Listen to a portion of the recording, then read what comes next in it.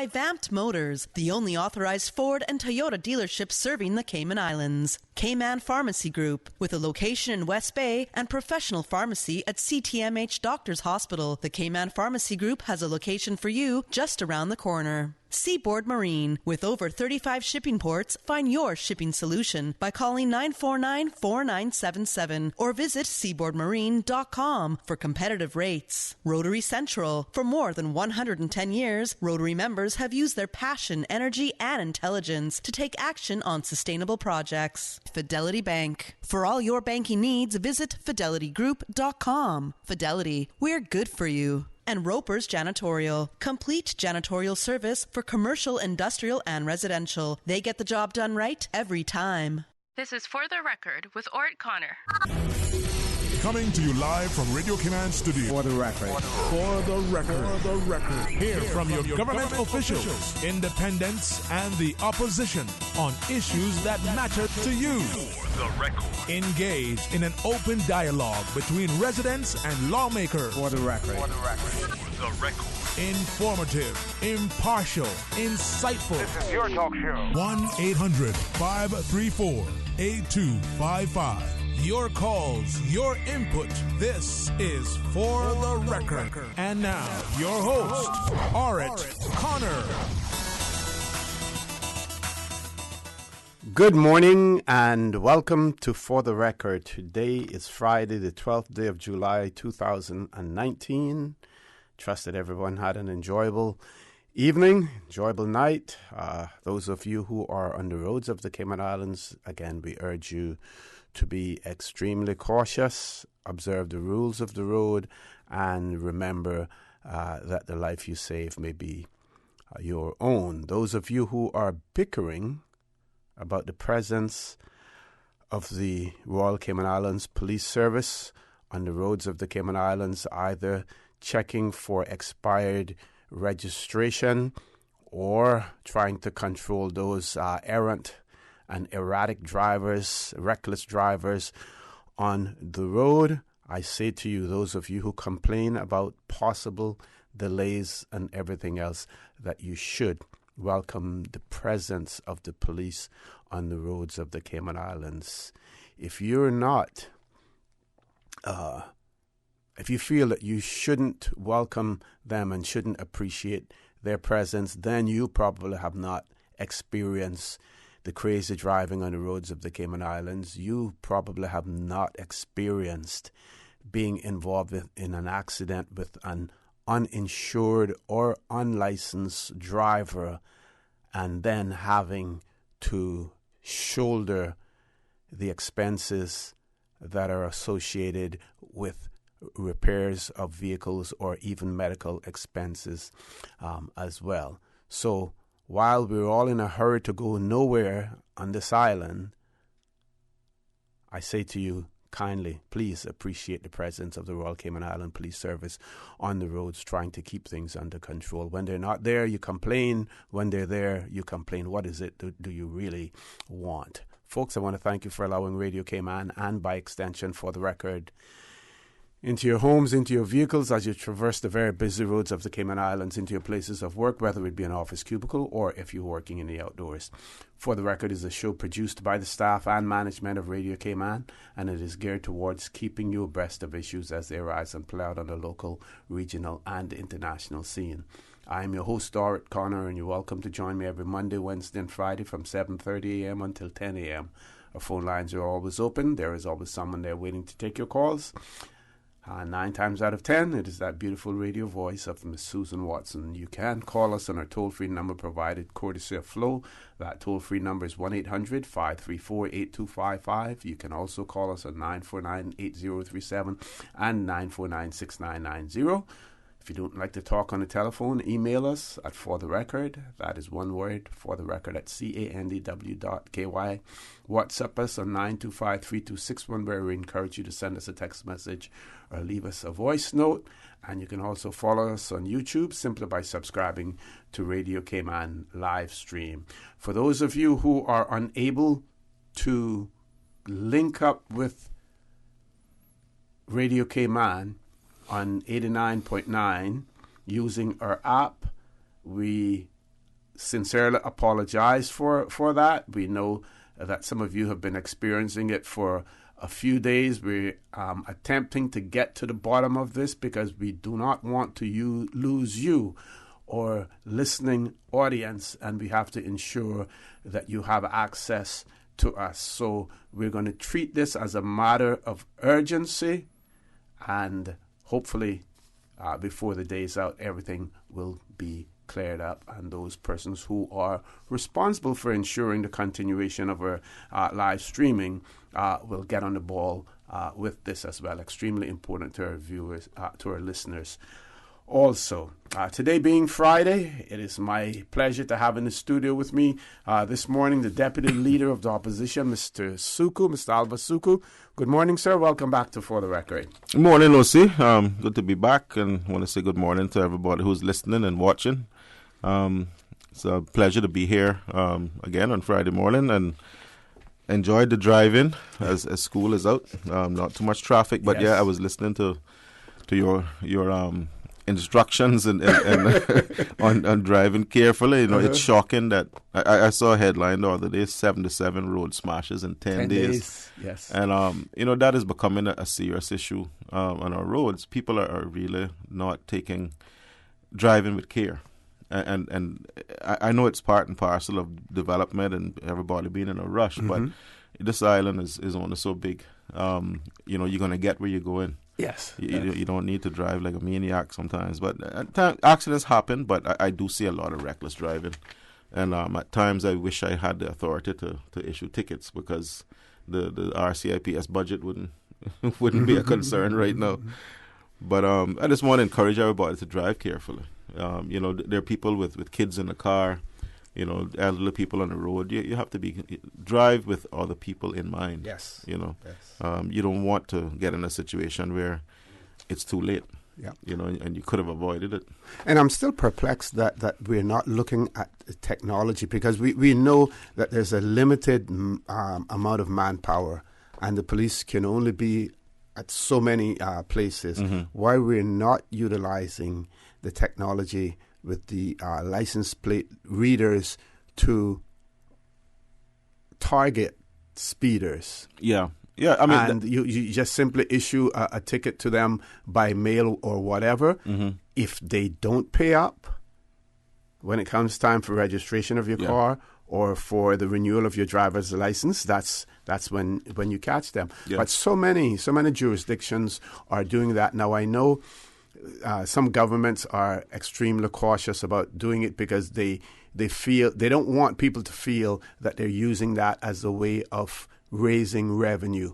But when you look at it, the number of cars on the road, the additional expense that government has to go into in terms of providing safe roads, for cars to be driven on and everything else. The revenue has to come from someplace. Shouldn't it come from those persons who are using the roads? Shouldn't it come from those persons who are abusing the privilege that they have to use the roads? Exactly. And I mean, I think we're a little too small for tolls.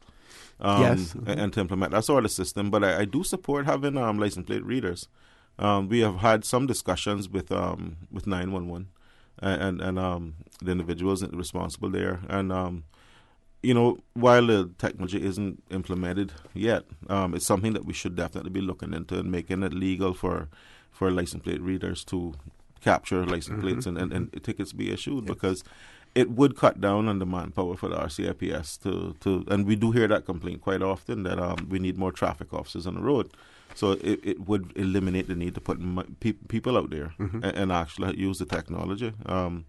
Every time I travel to the States and drive, I it is just part of life now. Yeah. And you know that if you fly through that camera, you're going to get a ticket at some point. Precisely. Yeah. Precisely. So no, I think we definitely should be moving in that direction. Yeah. As I said, we're limited square miles. Making it easier to police using technology is the way to go. Yep.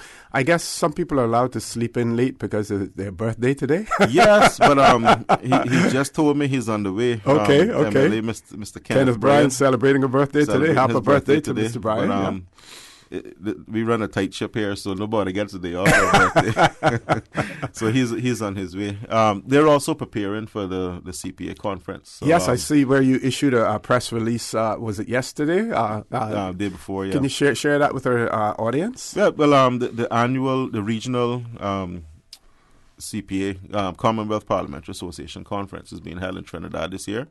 So a number of our parliamentarians are going, including Mr. McLean, leader of the opposition, Mr. Saunders, and Mr. Bryan.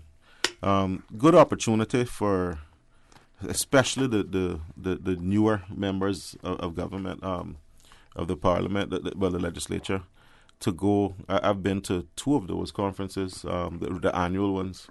I've been to British Virgin Islands and I've been to Bahamas. Okay. Both times Mr. McLean attended as well. You learn quite a bit. It is a good exposure to regional politics, not just politics, but government. And there are a lot of discussions and panels where you can actually take part in those discussions, and you learn a lot from your counterparts throughout the Commonwealth. So it is a good learning experience for especially newer members and people like Mr. McLean who have been around politics for a while. You get to also have conversations and socialize with people at his level of politics as well, and that is and renew acquaintances also. You do make some lifelong friends. I actually, the first time I went to a regional conference, I met Marlon Penn, who is now the leader of the opposition in BVI. Yes, he and I had gotten elected around about the same time. We're serving our first term, and he and I have remained good friends ever since. Every time he comes to Cayman, we get to meet up. When I go to BVI, I get to see him, and we do exchange messages from time to time. I was watching his election recently in BVI, and some of the drama that unfolded there, and he and I were in communication about it, and I was just encouraging him, regardless of where people sit on the political spectrum. When you make these acquaintances at these conferences, the politics aside, you're drawn to somebody for what they bring to the table, right, and what you bring to the table, and you form these relationships. So I don't get into very deep political discussions with him on BVI politics. And he doesn't do the same, with Cayman politics, but we do support each other as colleagues. So it's very good to be involved in those conferences. One of the highlights of this one is that Mr. Bryan is going to be doing a presentation. I didn't bring the exact wording with me, but it's basically discussing the advent of social media. Yeah, I will. I'll find that. I'll find that and share this. But go ahead. Yeah, and as one of the more technically savvy members of the opposition, I think that's a good subject for him. He does use social media quite a bit, and I think he goes across some of those borders that traditional politicians tend to remain within. But he brings a new approach to politics, and I think it's fitting that he would lead that discussion in Trinidad on social media and how it impacts politics and representation. And in doing that, I think what Mr. Bryan will do is be able to teach and impart some of his experience and knowledge in that area to some of the more traditional representatives who don't use social media that much. Yeah, here in your release, it states that Mr. McLean, the leader of the opposition, will be making a presentation on the topic migrants and refugees. Is there a need for a collective regional response? And then Mr. Bryan will lead on discussions on digital disinformation, the challenges to parliaments and democracy. Yeah. So, two very important topics. Mr. Bryan is more from a personal representation point of view, digital technology and so on, and how that affects you. But Mr. McLean's topic is regional and very important. We do have concerns throughout the region about not just the Cubans but other refugees, and having and Trinidad, of course, is experiencing it with the Venezuelans. Exactly. Yes. So it's very timely, and it's there's no surprise that they asked Mr. McLean to do that one. I actually went to a conference with him. I think it was Bahamas, and as we walked in, they walked up to him and said, we need you to do a presentation today. And without any preparation, he got up and led a presentation, and I think it was motions and no confidence. Okay. I think that's what the topic was. But it's amazing how many people have said to me that they didn't realize how much knowledge and experience he has. But I can tell people from traveling with him, it is amazing when you walk into those conferences. You have prime ministers, you have whoever, they flock to him. And he's well loved in that arena. I know he probably doesn't want me to say too much about it because he's very modest, but it really blew me away how much respect he had at that level from his colleagues. And other members of the legislature too, Ms. Juliana, Speaker Bush, the Premier. Yes. These individuals have been in politics for so long, and they have formed those relationships I was talking about, that they do get that level of respect from colleagues across the Commonwealth. Excellent. Time for us to take a commercial break. Folks, please stay tuned. For the record, we'll be back shortly. The Cayman Islands boasts of a long, colorful, and rich history. In tribute to our roots, Radio Cayman, the voice of the Cayman Islands, is pleased to bring you the Historical Vignette Series, sponsored by Cayman National Bank. Visit Cayman National Bank today for all of your financial needs. The Cayman Islands, he hath founded it upon the seas. Annie Huldah Bodden, OBE. Miss Annie's career began in 1924 as secretary to Edmund S. Parsons, law agent. She continued to work with him when he was appointed clerk of the courts. Her life was one of firsts. She was the first female secretary of the Cayman Islands Motor Boat Company and the first woman government auditor. She became the first female attorney at law and in 1962 the first nominated female member of the Legislative Assembly. In 1964, Miss Annie was elected as MLA for Georgetown and served until 1984. She was affectionately known as the Mother of the House. She was a lifelong member of Elmsley Memorial United Church and its predecessor, Elmsley Presbyterian. Radio Cayman's historical facts vignettes are proudly brought to you by Cayman National, with branches on all 3 Cayman Islands. Visit Cayman National Bank today for all of your financial needs. When you need stability, think Business of the Year. Considering a new career opportunity, think Best Place to Work. When dependability matters, think Outstanding Workforce. In need of a reliable financial partner, think Bank of the Year. When you seek excellence, think Cayman National. No matter how many accomplishments we achieve, we always set the bar higher. That's why we are the most awarded bank in Cayman, and we are proud to be your 2018 Bank of the Year. I remember playing at 7 Mile Beach as a boy, eating mango by the sea, learning how to snorkel. My mother, she worked so hard to provide for our family so that we could have those moments. Seeing her age has been tough. That strong, capable woman, now in need of daily support, it's my time to be strong for her. CTMH Doctors Hospital Pharmacy understands the importance of the careful decisions you make every day for your family. Our staff work towards healthcare excellence and providing the most current and up-to-date training with pharmaceutical care, so you can feel confident in knowing that your family is safe with the right medication. At CTMH Doctors Hospital Pharmacy, we take care of your health.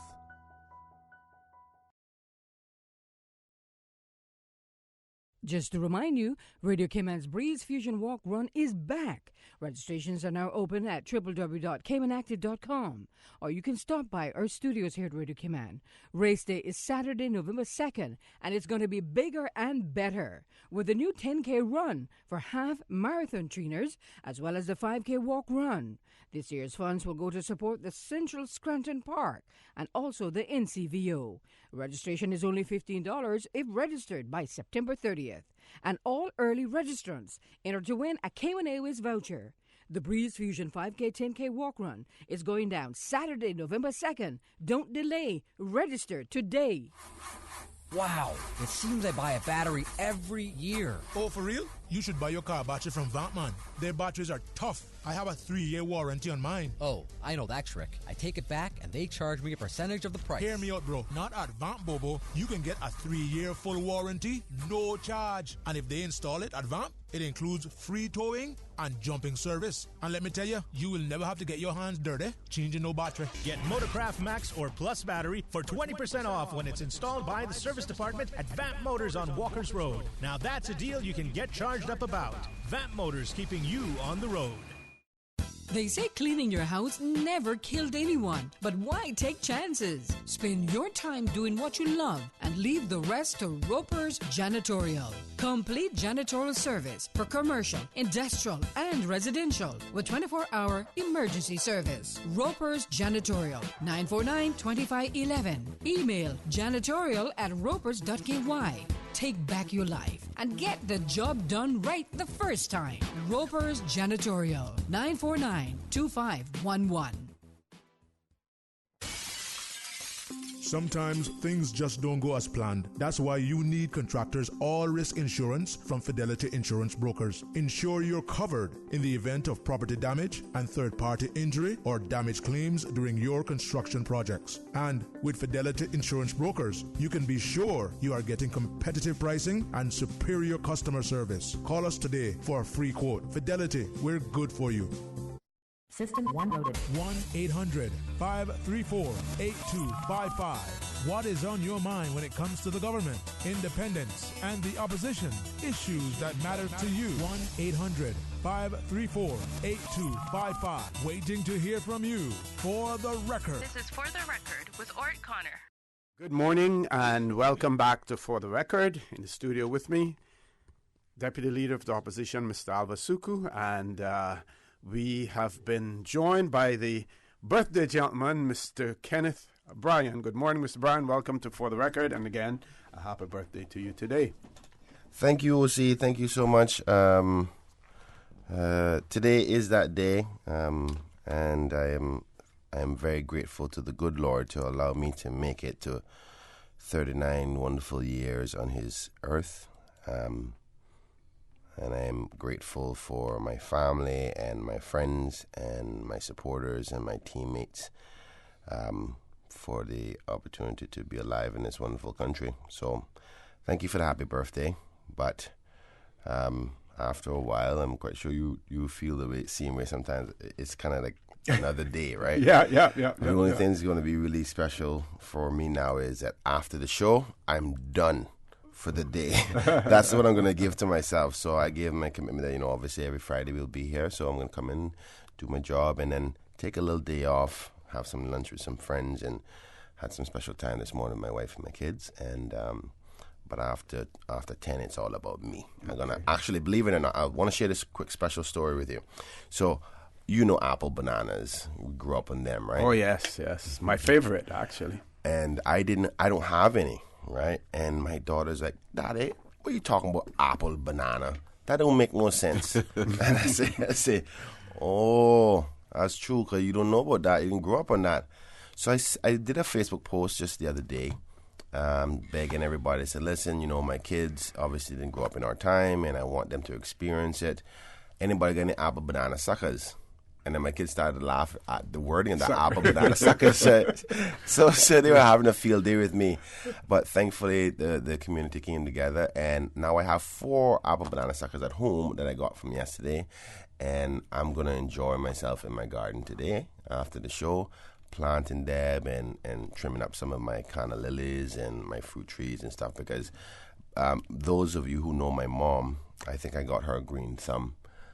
It's a pastime for me to cool my head and relax. I like to just be in the garden planting. So I'm going to enjoy that and relax my mind today. So thank you so much for the wishes. So have you consulted the McDonald's almanac or whatever to find out the best time for planting? Because there is a good time for, when on a certain moon yeah. for those crops that are above ground as opposed to those crops that are below ground. So you want to check that out honestly, as well. Yeah, honestly, I've because heard you can of keep it. the suckers for a while before you put them in the ground. They'll last. That's true. Yeah. I know that. I mean, I'm not a big grower of any banana or any sucker kind of breeding.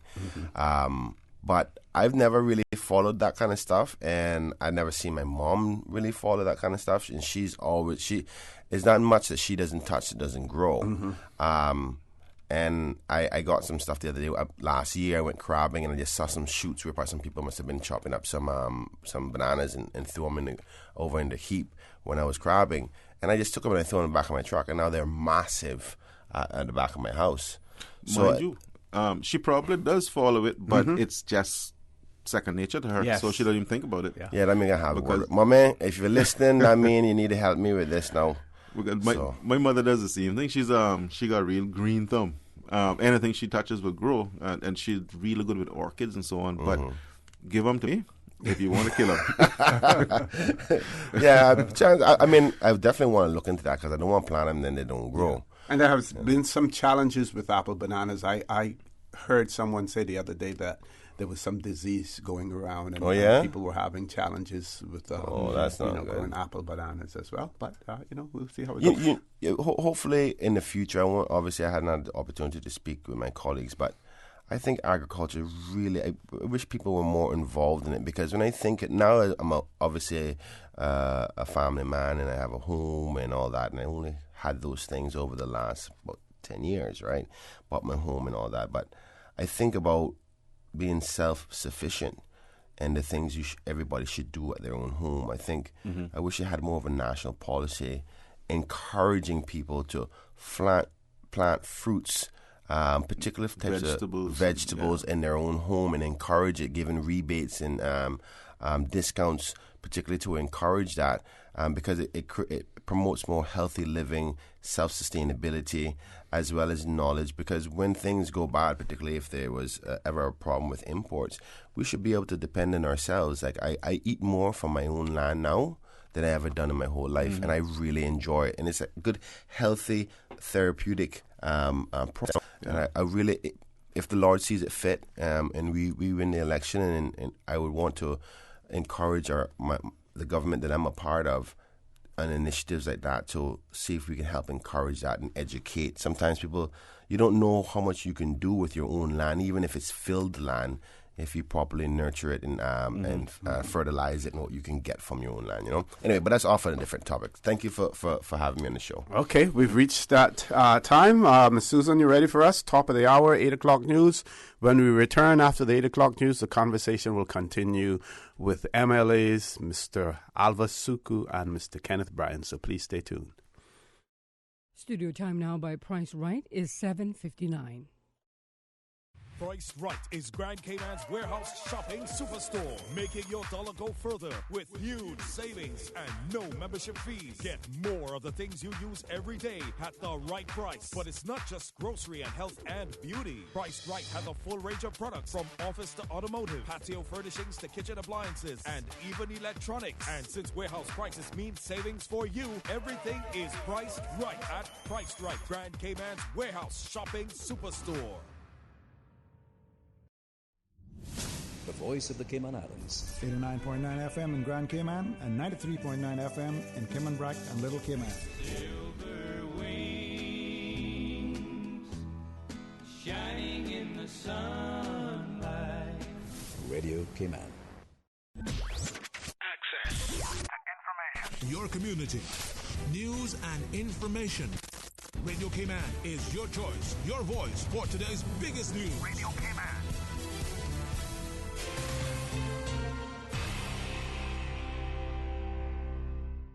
With your latest news, I'm Karsley Fuller. A traveling art exhibit opens in Cayman Brac on Monday, shining the spotlight on the work of sculptor and local painter Betty Ann Christian. We should expect to see a variety of styles. She does driftwood sculptures. She does tile and ceramic sculptures. She does paintings, mostly about turtles, but there's also stingrays, there's seahorses. She uses useful materials washed ashore on the beaches. Simone Scott, Programs Manager for Cayman's Artist and Registry Program, tells Radio Cayman they're focused on local talent from the BRAC right now, but in the near future, they're hoping to bring over artists from Grand Cayman, as well as regional and international artists. Everyone is welcome to view the exhibit in the BRAC on July 15th at 155 Stake Bay. The exhibit runs through the end of September. And members of the Civil Service Association on Grand Cayman have until 7 p.m. today to collect their student backpacks from the association office. The backpacks are part of an annual service which aims to provide students of all association members with basic school necessities. Each of our paid members will get 2 backpacks, and they are filled with books, pencils, pens, sharpeners, erasers, calculator, even down to 3 pairs of socks. Each child gets 3 pairs of socks. CICSA Secretary Azita May Bodden says the backpacks are distributed to some 1,800 members. The office is open from 1 p.m. to 7 p.m. daily upstairs, the number 1 shoe shop on Hospital Road. Backpacks will be distributed in Cayman Brac on the 13th of July from 10 a.m. to 3 p.m. at the Aston Ruddy Center Medical Wing. In regional news, telecommunications firm Flow has announced a new policy introducing paid leave for fathers, adoptive and foster parents, and extending time off for moms. The new policy, which took effect June 1st, provides 16 weeks of paid leave for birth mothers and 8 weeks of paid leave for fathers, adoptive and foster parents, as well as any employee who becomes a surrogate parent. Previously, only permanent employees were granted 12 weeks maternity leave. However, the new policy will benefit mothers and fathers, whether permanent or temporary. Flow Jamaica's country manager Stephen Price says, quote, "This is a defining moment of our entire Jamaica family. The conventional family construct has evolved, and as a progressive employer, we are ensuring that we further support our team members and help facilitate these moments that matter for them and their families." The new provision means the partner can take his or her parental leave after the birthing parent has completed maternity leave and returned to work, therefore giving the new baby an extended period of care by the parent. Now with a check of international news, here's the BBC, which will take us out of the newscast. I'm Karsley Fuller from Radio Cayman's newsroom. BBC News with David Austin. Turkey has received the first shipment for the Russian S-400 air defense system, a purchase which has angered its NATO ally, the United States. Washington has been warning Ankara it could face sanctions over the deal, including being pulled out of America's F-35 fighter jet program. NATO said it was concerned about the potential consequences of Turkey's decision. An official said it was up to NATO allies to decide what military equipment they bought, but that it was fundamental for NATO armed forces to be able to work cohesively. The North Korean leader Kim Jong-un has for the first time been formally named head of state under the country's newly revised constitution. At the same time, the role of the generals appears to have been diminished, with the military-first policy, advocated by Mr. Kim's father, removed from the constitution. A train laden with water has arrived in the southern Indian city of Chennai, which is facing a severe drought. The water will provide much-needed relief to the city of 5 million people, but the 2.5 million litres of water won't last long, and Chennai's 4 biggest water reservoirs have virtually run dry. The Chief Minister of Gibraltar says it alone took the decision to detain an Iranian oil tanker last week. Fabian Picado said it was not acting at the behest of any third party or state. He said the vessel was seized on suspicion of trying to breach EU sanctions against Syria. Rival demonstrations over the consumption of dog meat, a traditional part of South Korean cuisine, have taken place outside Parliament in Seoul. BBC News. What's happening in your community? News and information, music and more. You can find us. www.radiocayman.gov.ky. Like us on Facebook and follow us on Twitter. Radio Cayman is your choice, your voice for today's biggest news. Radio Cayman.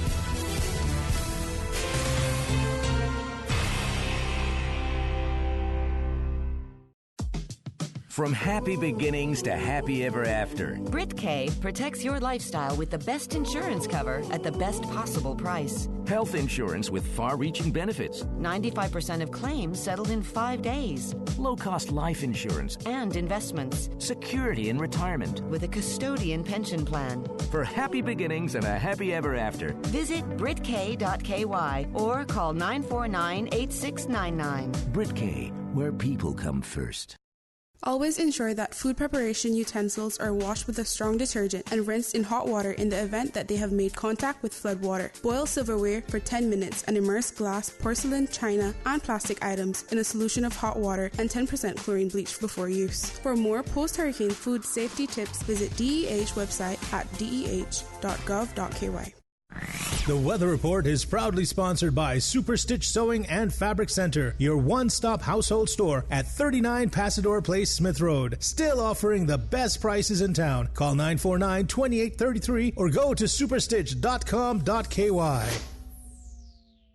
New stock has just arrived at Super Stitch. Now don't take my word for it. Drop by and see for yourself.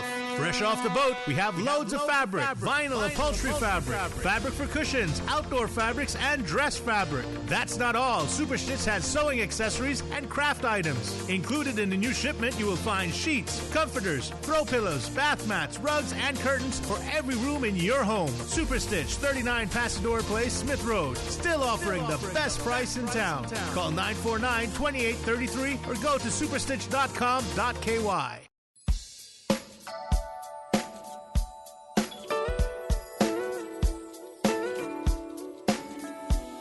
Good morning. Time now for the latest weather report. Current temperature is 85 degrees. Relative humidity is 82%. Barometric pressure 29.94 inches and rising. The wind is east at 6 knots. Overnight low temperature was 79. Synopsis indicate light easterly winds and slight seas are expected across the Cayman area for the next 24 hours in association with a ridge of high pressure system north of the Caribbean. Radar images show scattered showers just south of Cayman Brac and Little Cayman moving west. The National Hurricane Center is issuing advisories on Tropical Storm Barry. The storm poses no threat to the Cayman Islands. For further information on this storm, you can visit www.nhc.noaa.gov. Now the forecast for the Cayman Islands for today, calling for partly cloudy skies with cloudy spells and a 40% chance of morning showers and some thunder, with a decrease in shower activity from this afternoon. Temperatures will be in the low 90s, winds will be east at 5 to 10 knots, and seas will be slight to moderate with wave heights of 2 to 4 feet. Forecast for tonight calling for partly cloudy skies with a 30% chance of late night showers, and temperatures will fall to the upper 70s tonight. Winds will be east to southeast at 5 to 10 knots, and seas will be slight with wave heights of 1 to 3 feet. Low tide will occur this afternoon at 12 minutes past 1. High tide this evening at 7:53. The sun will set this evening at 6 minutes past 7 and will rise tomorrow morning at 5:56. And the outlook is calling for similar weather conditions through Saturday evening. Super Stitch Sewing and Fabric Center was the proud sponsor of the Weather Report, your one-stop shop for all of your household items, craft items, jewelry, beads, and decorations, and much more. Call Super Stitch at 949-2833 or email customer care at superstitch.com.ky. New stock has just arrived at Super Stitch. Now don't take my word for it. Drop by and see for yourself. Fresh off the boat, we have loads of fabric, vinyl upholstery fabric, fabric for cushions, outdoor fabrics, and dress fabric. That's not all. Super Stitch has sewing accessories and craft items. Included in the new shipment, you will find sheets, comforters, throw pillows, bath mats, rugs, and curtains for every room in your home. Super Stitch, 39 Passador Place, Smith Road. Still offering the best price in town. Call 949-2833 or go to superstitch.com.ky. Good morning once again. Let's take a look at what's happening on the roads. A little steady traffic coming off of Agnes Way off the Linford Pearson Highway. Traffic busy on Crew Road and looking for the east on Shamrock Road and Linford Pearson Highway. Traffic flowing pretty good. Maybe has something to do with school being out. Moderate flow of traffic coming off of Bobby Thompson Way, and let's look at what's happening coming from the Butterfield roundabout heading towards the Industrial Park area. Traffic flowing moderately. No issues on Owen Roberts Drive as traffic is light, as well as coming from the West Bay four-way stop. And traffic flowing pretty good on Eastern Avenue and on Godfrey Nixon Way. Huldah Avenue, a little steady traffic there, but nothing to worry about too much. Huldah Avenue, traffic flowing steadily. And Thomas Russell Way is moderate. And if you see accidents or incidents on Cayman's roads, give us a call here at Radio Cayman, 949-6990. And buckle up. Summer means sunscreen, a lot of it. But this year, you can make the reef-friendly choice in sunscreen. At Healthcare Pharmacy in Governors Square and Grand Harbor, you can find Ocean Potion and Australian Gold Botanical Sunscreen. Ocean Potion is reef-friendly, oxybenzone-free, antioxidant-enriched, and contains no added parabens. Australian Gold is also phthalate-free, hypoallergenic, and was not tested on animals. So make the right choice in sunscreen this summer with Healthcare Pharmacy, Governors Square and Grand Harbor.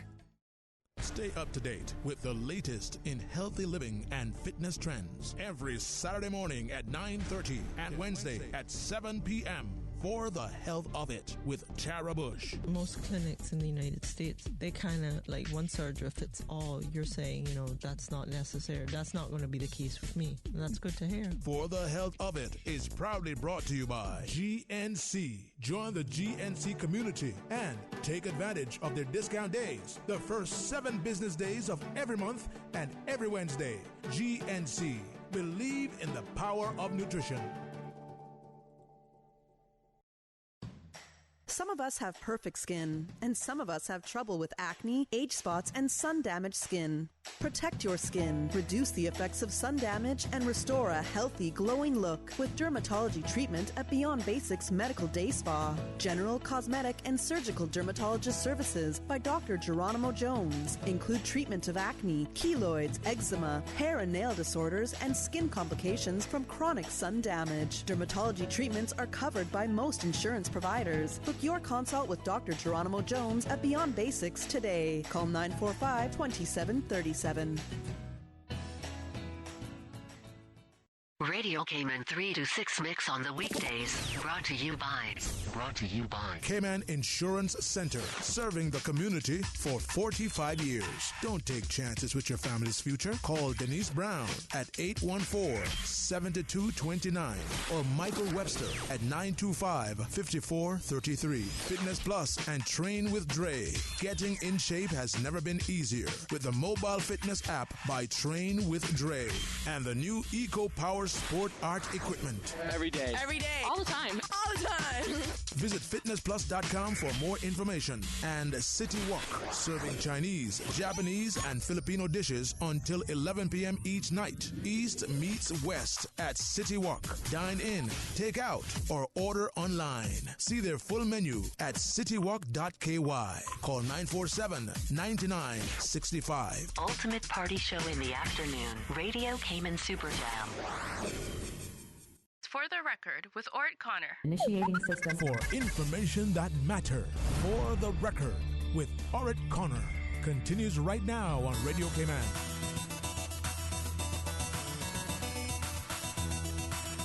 Good morning and welcome back to For the Record. In the studio with me, we have Deputy Leader of the Opposition, Mr. Alva Suku, and MLA, Mr. Kenneth Bryan, who I will continue to remind you is celebrating his birthday today again. So we will reconvene our discussion here on For the Record with the 2 members of the opposition, of course, members of the Legislative Assembly as well. Mr. Suku. Yep. Well, we'll see. Before I forget, I've been reminded to let the public know that on the 27th of July, from 2 p.m. to 6 p.m., we're having the Savannah Newlands Children Fun Day. Mm-hmm. That's going to be held at the Savannah Playing Field on Pedro Castle Road. Should be a fun afternoon for those with kids. We try to target 5 to 11 years old because we're looking primarily at the primary school age kids. Bunks and castles, face painting and henna designs, magic show. The police are going to be there doing a K9 demonstration. The community police will also be there with some of their vehicles and the fire service as well. Okay. And my brother-in-law, Randy Shillette, has graciously offered to conduct a drum circle with some of the kids. So he'll be hopefully participating as well. But it should be a fun afternoon. That's on a Saturday, right? 27th on Saturday, 27th of July. I really want to thank my PA in my office, Nikita Jackson. She's been organizing all of this, and I think I've probably driven her to the point of insanity by now, with her trying to get me and everybody else in action. But she's done a fantastic job getting it organized so far. If anyone wants to attend, bring their kids out. Feel free to come. There'll be lots of food as well, and we do our usual school supplies, given to the young kids some stuff for the upcoming school year. So it should be a fun afternoon. I'm really looking forward to it. Okay. Mr. Brian, I have got some good news for you. One of our listeners has sent me a WhatsApp message and says that according to our McDonald Almanac, today is a very good planting day for any yield above ground. So anything above ground, today is a good day. And works out well because you have the soil and everything is nice and moist and wet as well, So perfect. You see, all the stars line up. Perfect. Yep. So we know what you'll be doing this afternoon. This morning, much less as soon as I get out the radio and going back home, get a cup of coffee and head right into the yard. You gotta wait till the sun cool a little bit though, because if you plant them in the heat of the day, it might I'm told, I don't know from experience, but wait until in the evening, in the afternoon, so everything is good. Fair enough, I'll take that. They don't have that shock of the sun right away because the night will be cool, and Fair enough. Early morning will be cool as well. Miss Susan, we have a caller. You said, let's go to the phone lines. One caller. Good morning. Welcome to For the Record. Good morning, caller. Welcome to For the Record. It's good morning, Mr. Orrett Connor. Good morning, sir. How are you? Okay. Good morning to the Deputy Opposition Leader, Mr. Alvasuku. Morning. And to MLA Kenneth Bryan. Good morning, sir. Well, I'm calling this morning concerning the statement that you all think that is okay to say, and that is mashing up the dollar house. I heard you mention earlier, Mr. Bryan, by the way, happy birthday. Thank you very much, my brother. Happy birthday.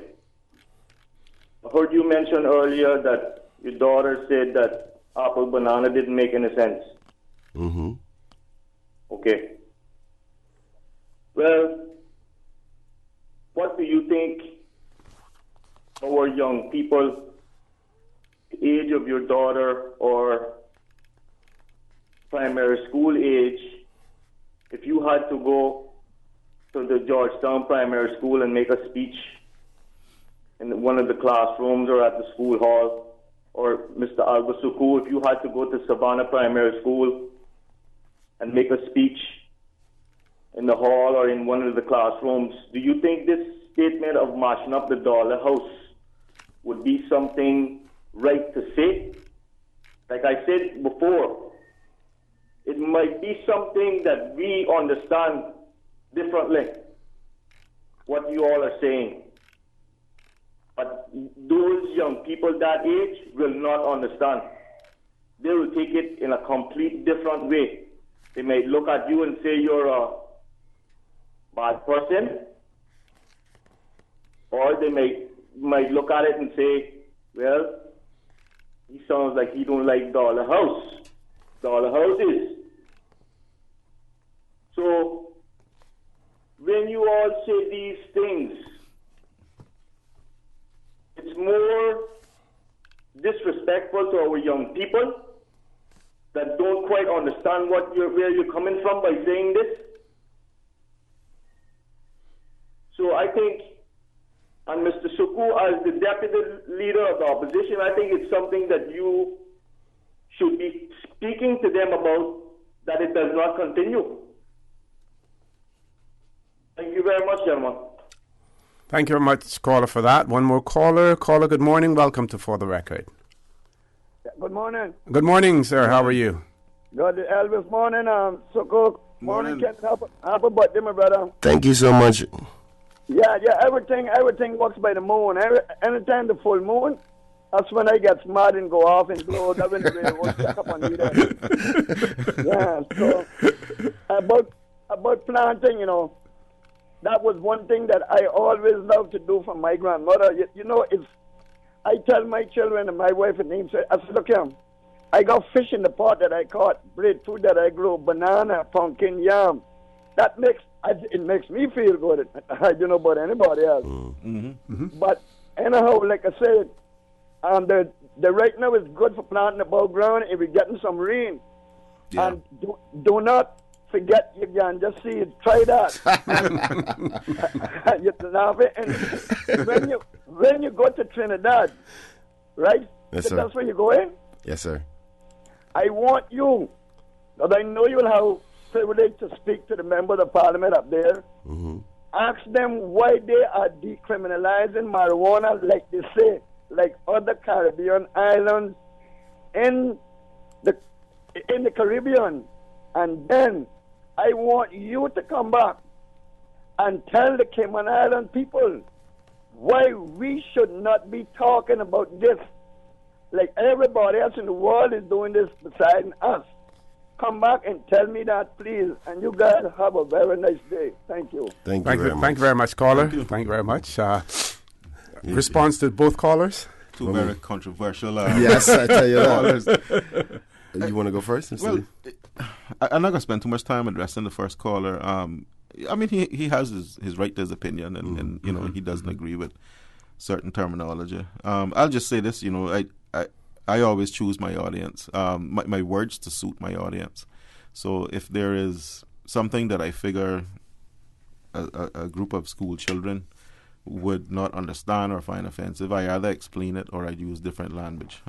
Precisely. In this arena, using the term dollar house, I think most adult listeners would understand what we're talking about. And it's not derogatory. All we're saying is that what the intention is to cause discomfort for the government when they're doing things that are contrary to what we think is in the best interest of the country and the people.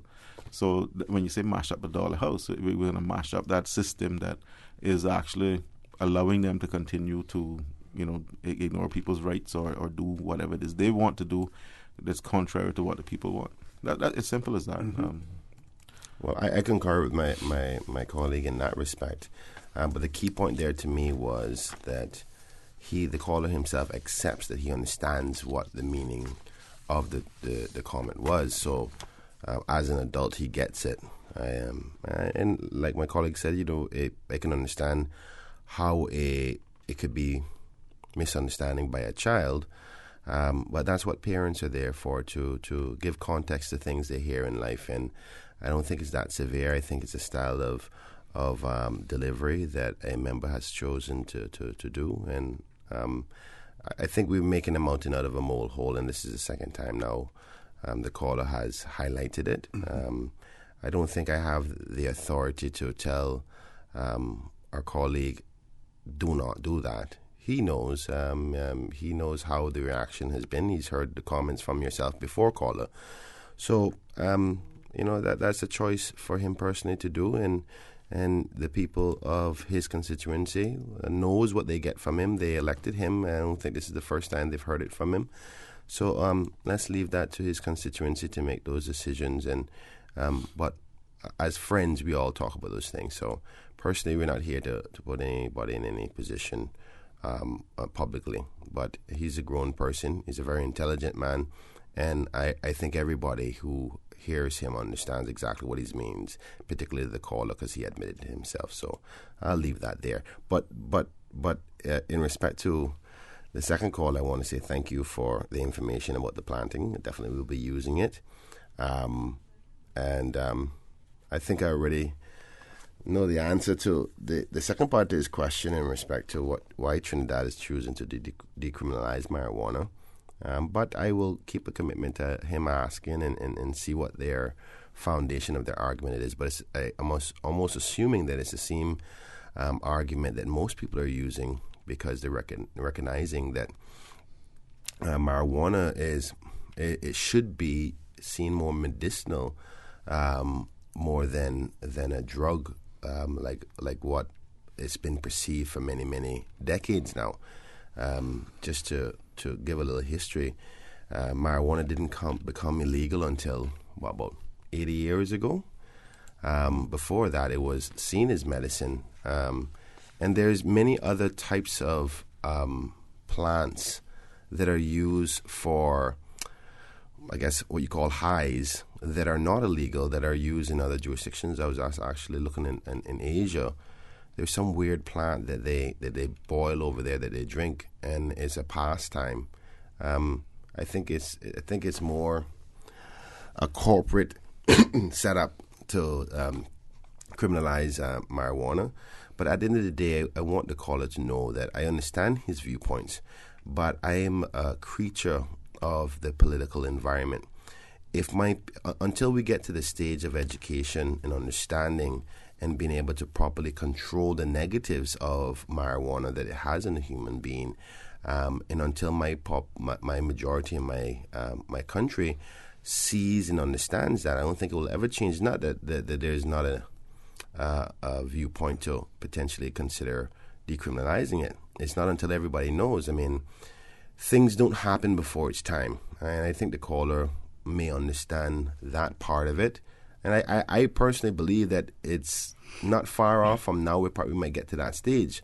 But until I get directive from the people of Georgetown Central and Cayman as a whole, many people still focus on the negatives of it, and we're not discussing what the solutions are to those potential negatives, because there are some serious negatives. I'm genuinely concerned about the availability to having marijuana for persons that are very young while their brain is developing, and we've heard horror stories of young people involved.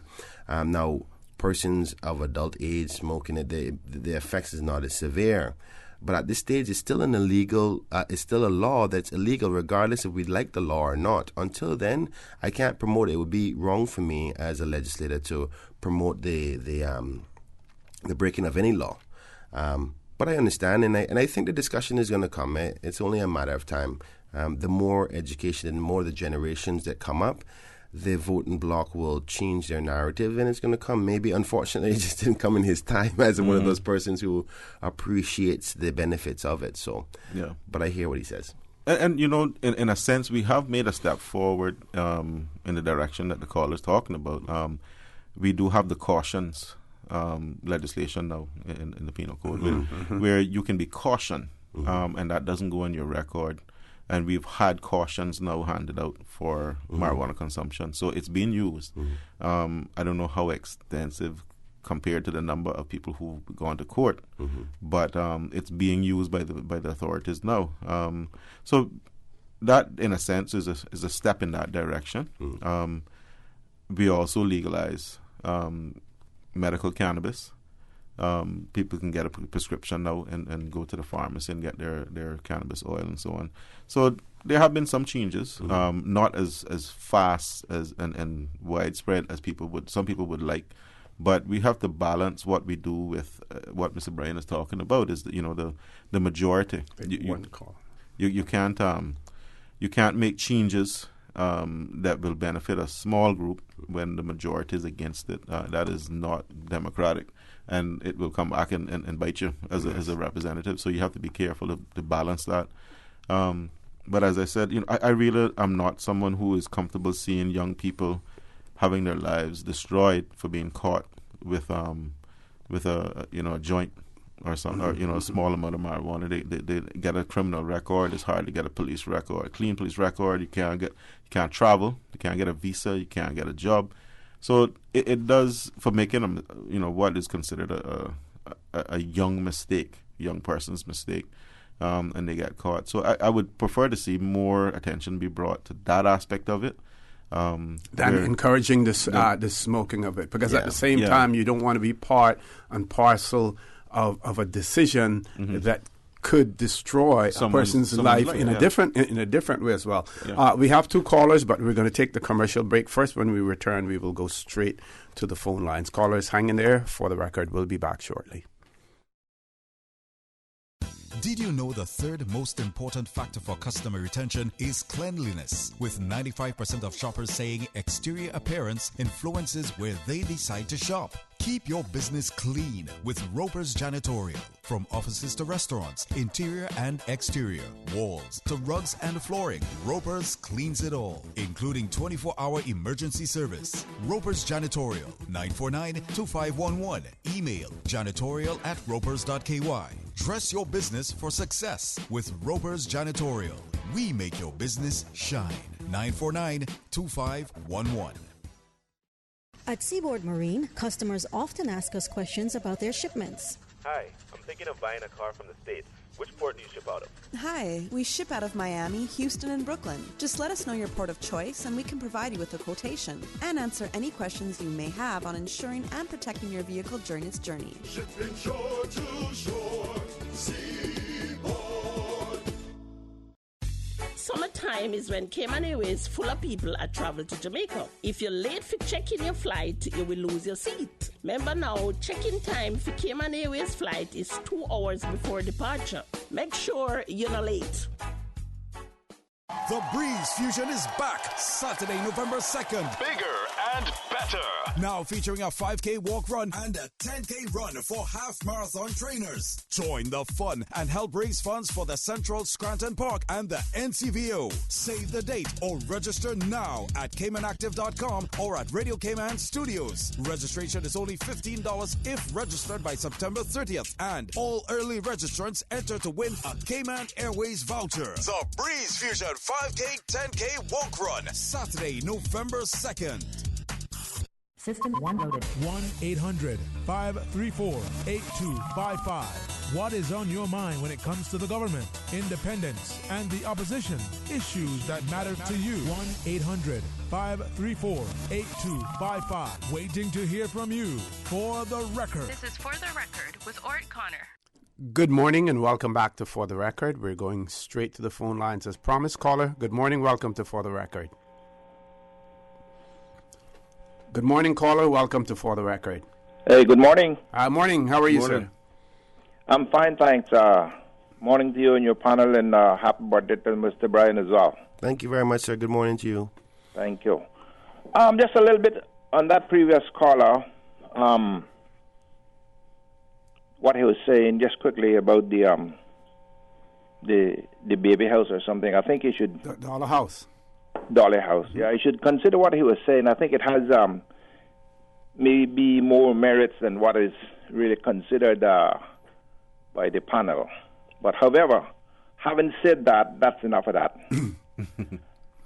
Again, I am concerned that the environment we're living on, it seems that we have time to talk about most things. What I would like to see, Mr. Connor, on your show, if it was me, I would say once a week for now, dedicate some time to talk about the environment that we're living in, that surrounds us, with all of the major destruction of our vegetation. We were talking a while ago about planting and about bananas in the moon. Yeah, that is so great. But that also contributes to our environment.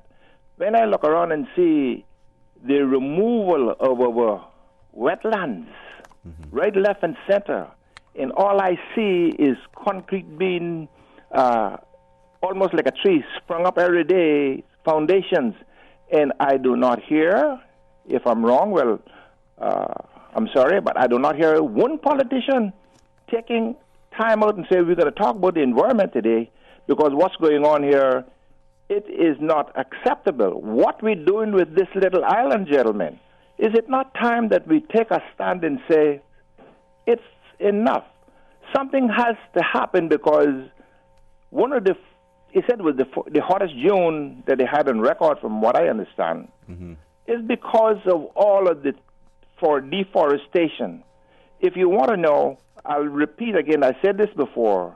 I read an article, I'm trying to still see if I can find that. I read that in 1997. It said the average temperature in Cayman in 1975, it was 75, 77 degrees. 1999, it said then the average temperature was 85, 87 degrees. That's 20 years ago. Now, what's happening? Come on, gentlemen. It's time to be counted. You have to stand up for something. Everywhere you look, you see all your good casarina trees down there in the public beach. I mean, I could have cried if I was easy to cry yesterday. With the backhoe destroying those trees, all of the land going up in Morgan's Harbor, they're clearing it out about putting police station and what have you, and they have other areas that could be utilized for that. So I am concerned that they're just literally destroying the little 2x4 island that we have. Everybody loves it, but seems like nobody is willing to get out and speak about this thing. It is high time that our politicians stand up for what you believe in and be counted. So I am not going to say anymore, but I'll listen to any comments you got to say. But it is time, overdue, like yesterday, that somebody get on and say something has to be done. Gentlemen, thank you so much for listening to me, and have a pleasant day. Thank you. Thank you very much, caller, for that. Just want to say to the caller, if he listens in, and he is, what should I say? I'm forgetting the word now. He certainly is a follower, a firm follower of Radio Cayman, and listens in quite regularly. We will have the persons from the Department of the Environment on the show, possibly. I think it's on Monday, talking about the National Conservation Law and everything. So there will be discussions taking place in relation to impacts on the environment and different things. So he will hear some discussion on that as well. Let's take the other caller. Caller, good morning. Welcome to For the Record. Good morning, caller. Good morning again, sir. Listen, this is no back and forth. No, it won't be. I promise you. Yes, I'm just responding to my comment, Mr. Orrett Connor. Mm-hmm. Yes, Mr. Suku and Mr. Bryan just proved their stubbornness and their ignorance by their comments. Thank you very much. Okay, thank you very much, caller, for that. I think we're going to... I think I want to respond to the caller right before. And his concerns about the environment, and they're justified. I'm not sure that he would be justified in saying that, there's not politicians or members of the Legislative Assembly who are not concerned about the deforestation, as he said, and the vegetation destruction. Maybe there's no particular one show that we have outlined for this topic. It's usually within a show, and then there's a small section of the topic concerns. But many times in the Parliament, there's questions and debates that are raised by the opposition members as to the focus on making sure that we're staying reasonably green due to concerns of global warming, which he talks about the hot weather. I would like to remind him that a member of the opposition, myself, was one of the members that went away to the Commonwealth Parliamentary Conference in the UK over 14 months ago and got over 60% of the whole Commonwealth countries to sign an agreement to ask the Prime Minister of the United Kingdom to have a select committee to focus on the effects of global warming for our region. And that's a feat that not even the Premier himself has done. So I can promise you there's members of the opposition who are focused on this, which reminds me how many cleanups we've been on now, Alva, with a lot of the young people going around trying to focus on keeping the environment clean. Well, I've lost count, but I know every Earth Day I do one in my constituency or Barton Town. But recently you and I were with Plastic Free Cayman. We went out. And while those efforts may be isolated, my in particular my main opposition to the port project is based on concerns about the environment. I have always been, I'm not, as Ms. McLean says, I'm not a tree hugger, but I am aware of the impacts of not taking care of your environment and what will happen eventually. And it's so funny, just yesterday, I was driving through Borden Town, and I see a lot of large pieces of land being cleared for development. And it immediately came to my mind that, while this is good for the landowner, and we don't want to stop people from investing and making money, we really need to accelerate our efforts to have a proper development plan for this country. Because what is going to happen eventually, that mean stretch going from Prospect right up to Breakers, you're not going to be able to see much coastline or even anything beyond the buildings on the side of the road. And we have to be so careful with how we develop this country. And we need a plan so that people know, well, this is acceptable here, this is not acceptable here, I can develop this here. Because what you end up getting is situations where people decide, I want to do something that the current plan doesn't really support. And then you get applications for rezoning and all sorts of weird stuff going on. And then you get something that pops up where it shouldn't be. So I'm concerned about it from that aspect. But my mother actually sent me an email. I know she's probably upset because I didn't respond. She think I didn't read it. But on a scientist, Thomas Cruther, he actually works for the Swiss Federal Institute of Technology in Zurich. And he's done a lot of research on climate change and the effects on the environment.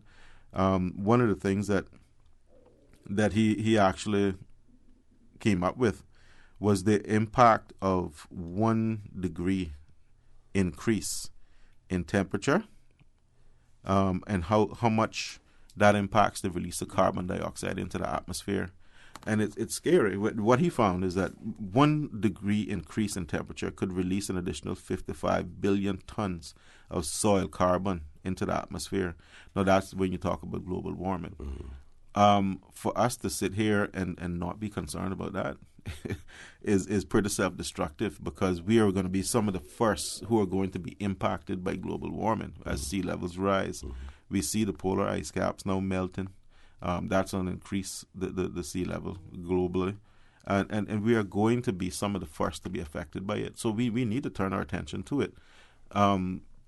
Unfortunately for us, I think the downside is that we could become totally green, completely green, and do everything according to what scientists say we should be doing. And because we're so small, we won't have much of an impact. But you can lead by example. Yes. And what the conference you attended, Mr. Bryan, is very important, because that's why I said these are things that's so important for us to attend. At least then you got to discuss these things with your counterparts, and you can spread the message that we all need to work on this together. This is a global solution.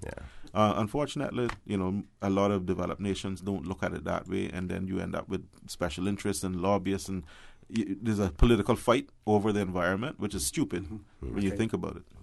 We have 3 callers, so let's see. We'll try to grab one before the break, and then 2 will hold on until after the break. First caller, good morning, welcome to For the Record. Good morning to you, Crown Prince of Georgetown. Good morning. How are you, sir? and good morning to MLA Saku and to MLA Kenneth Bryan. Good morning, sir. I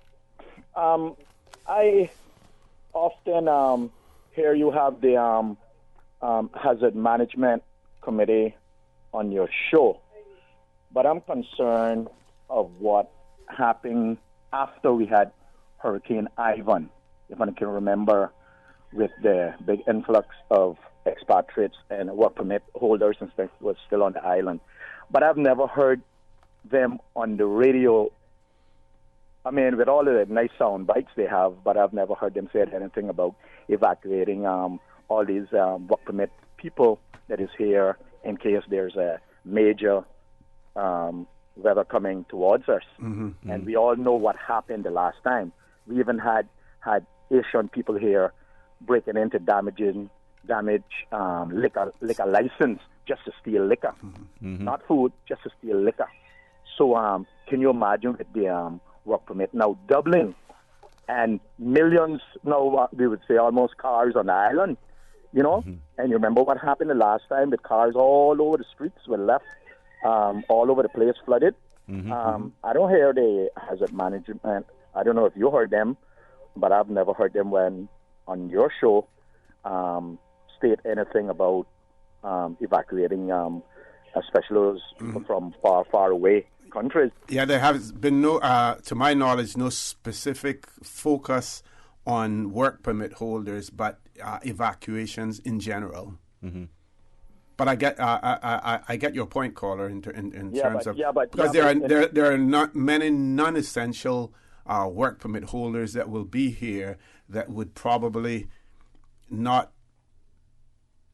They would prove to be more of a hazard than an assistance, during a hurricane. The less people that you have, the better they'll be more of a liability than anything else. Go ahead, caller. Because remember now we got to feed those people, People going to get hungry. Yeah. And remember what happened at there's few supermarkets that were capable of serving the public.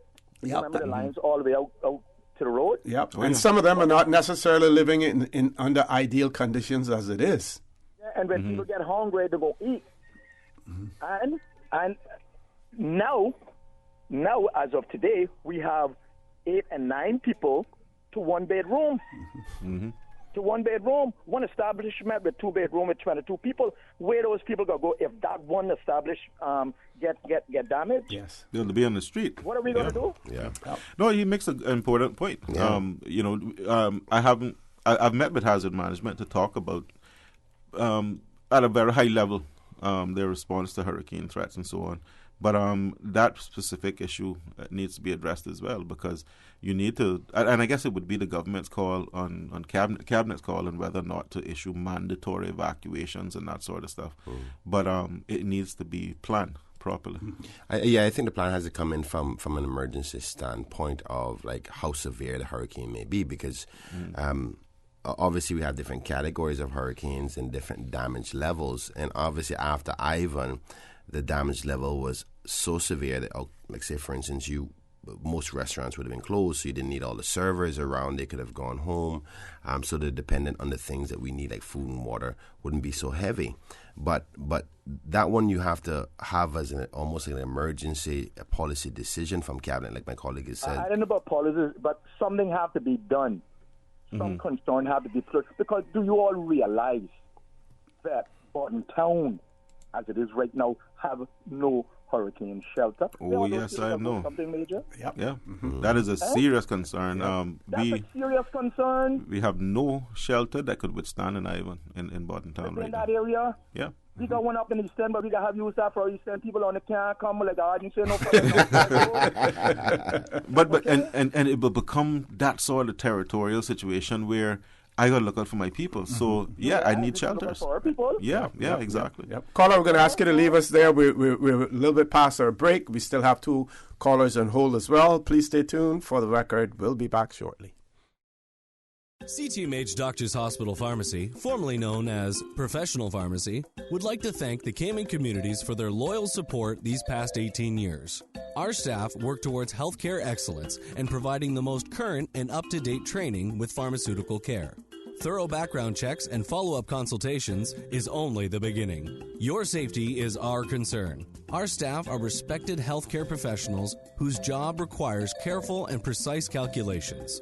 Thank you for being a part of our family and for choosing CTMH Doctors Hospital Pharmacy, where we prepare to provide exceptional care. At CTMH Doctors Hospital Pharmacy, we care about your health.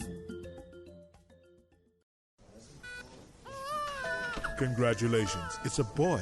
During the greatest events of your life, whether or not you have the right health insurance coverage should be the last thing on your mind. That's why at Fidelity Health, we are committed to helping you get matched with the right plan to suit you and your family. We offer a range of plans to suit your budget, plus access to a network of quality care throughout the Caribbean and the USA. You can relax and enjoy life's greatest moments when you are covered with Fidelity Health. Call us today at 949-7822 for a free quote. At Logic, we make things better for our customers. It's why we're offering free Boost Wi-Fi. With Boost, you get improved Wi-Fi connectivity everywhere in your home, so there's no more dead zones. The only people we're not making this better for is parents. Because now with seamless Wi-Fi in every room in your home, go to your room isn't really the punishment it used to be. Sorry about that. Sign up now for any Logic Bundle package and get free Boost Wi-Fi for a limited time. Visit logic.ky for details. For the record, with Orrett Connor. Initiating system. For information that matters. For the record, with Orrett Connor. Continues right now on Radio Cayman. Good morning and welcome back to For the Record. We're going to try to accommodate all of our callers before we reach the top of the hour at 9 o'clock. We have 2 more callers. First caller, good morning. Welcome to For the Record. Good morning, Mr. Moderator. Good morning, sir. How are you? I'm doing fine, and I'm listening with interest to this discussion you're having now about the effects of climate change. Yes, sir. Mm-hmm. You know, I was just reading the latest United Nations report on climate change and its effects. Mm-hmm.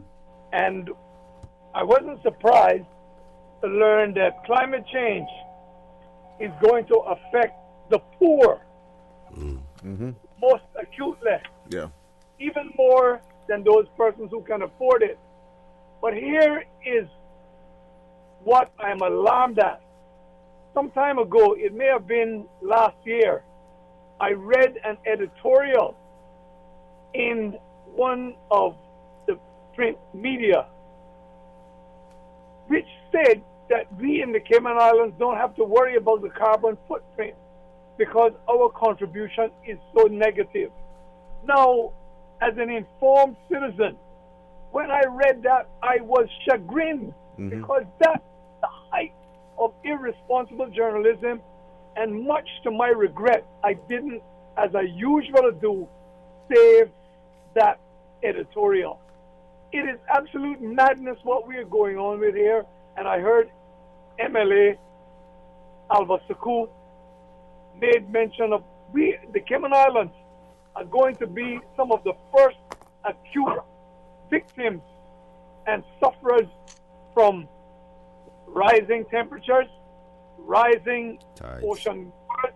When I was a boy growing up, I could literally walk to the reef and water wouldn't pass beyond my knees in the low tide. Now, that is certainly not the case. The Pacific Islands, many of the atolls in the Pacific Islands are being swamped and inundated, and they're talking about whole populations having to relocate. I see the changes here, and yet we continue this madness of bulldozing the mangroves, cutting canals, and defying nature. I am telling you, we are going to reap the whirlwind. That's what's going to happen to us. And as for shelters, I too am worried because in Borden Town, we have none. Yeah. The Church of God started one, and it should have been completed. But regrettably, there was all kinds of political accusations of foul play. I understand now there's an agreement with the government to complete it, but so far, nothing has happened. And you imagine, I've been pushing for that to be completed since 2013. And we're just now doing it. We, heaven forbid, in these islands, if we have a major disaster, I pray that we escape as we did with Ivan with little to no loss of life. But I don't see that happening again. I don't see that happening again. But and except for the favor of God. It is madness what we're going on with, in particularly where it comes to development. And our politicians has to reach the point where they strike a sensible balance between development and overkill. We cannot win the war against nature. Gentlemen, that is my point. Thank you. Very, very strong point, too. Thank you very much for that, Mr. President. Thank you very much. Let's grab the next caller before 9 o'clock. Caller, good morning. Welcome to For the Record. Good morning, sir. Good morning. Good morning, sir. Morning. Morning, Mr. Siku and man, Kenneth. Good morning, sir. You guys, you know who's Clive Christian. And I say that because I want, if anybody wants to criticize what I say, I want to know who it is. Because I am tired. This morning I woke up and was fed up, angry feeling with all the hypocrisy and things that's going on in this island. I know we have freedom of speech, except when you want to talk the truth about top government or the churches. So that is where I'm going to start at this morning. First of all, Mr. O'Donnell, I must congratulate you on that round table forum you had. And I hope that conversation be not only recorded on paper, but tapes be made of it and put in all the schools with maybe some more additions of the earlier years of Cayman. It is something all the children, young people coming up, needs to know about Cayman. I mean, I was a teacher and studied all this, and many of those things I did not even know. And it'd be of great value to many of young people coming up and give them more pride in their country. Mm-hmm. Mm-hmm. Another few points on that's a few bits on each point. The churches are one of the biggest handicaps to good government in this island, because they have a lot of influence in laws that are passed. A lot of them do not even know their own Bibles. And I can say this without fear of contradiction. Right? One of the things is this thing about marijuana. Now, I would challenge the radio stations, talk shows, to have a call-in show with simple questions for people. Do you think we should legalize ganja, decriminalize it, or keep it how it is? I am pretty sure you will find the majority of people is for legalizing it, right? Or even decriminalizing. It is not as harmful as this alcohol and all that they spend. It's not as harmful to our mental and physical, our spiritual bodies as this homosexual threat. But both of these, I've had a minister friend of mine thrown out at a seminar in America. He spoke against homosexuals. They call them gay, the same thing. A rose by any name is still a rose. Call a homosexual a gay, he's still a homosexual. Right?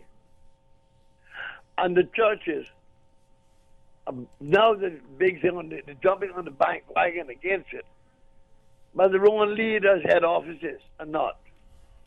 Right? That is the same thing that the churches want to do. Caller, have 1 minute before we go to our headline news. 1 minute left. Yeah, and right? The churches need to stop discriminating against material, teaching the doctrines and commandments of men. Things like legalizing ganja is mainly because the churches are against it.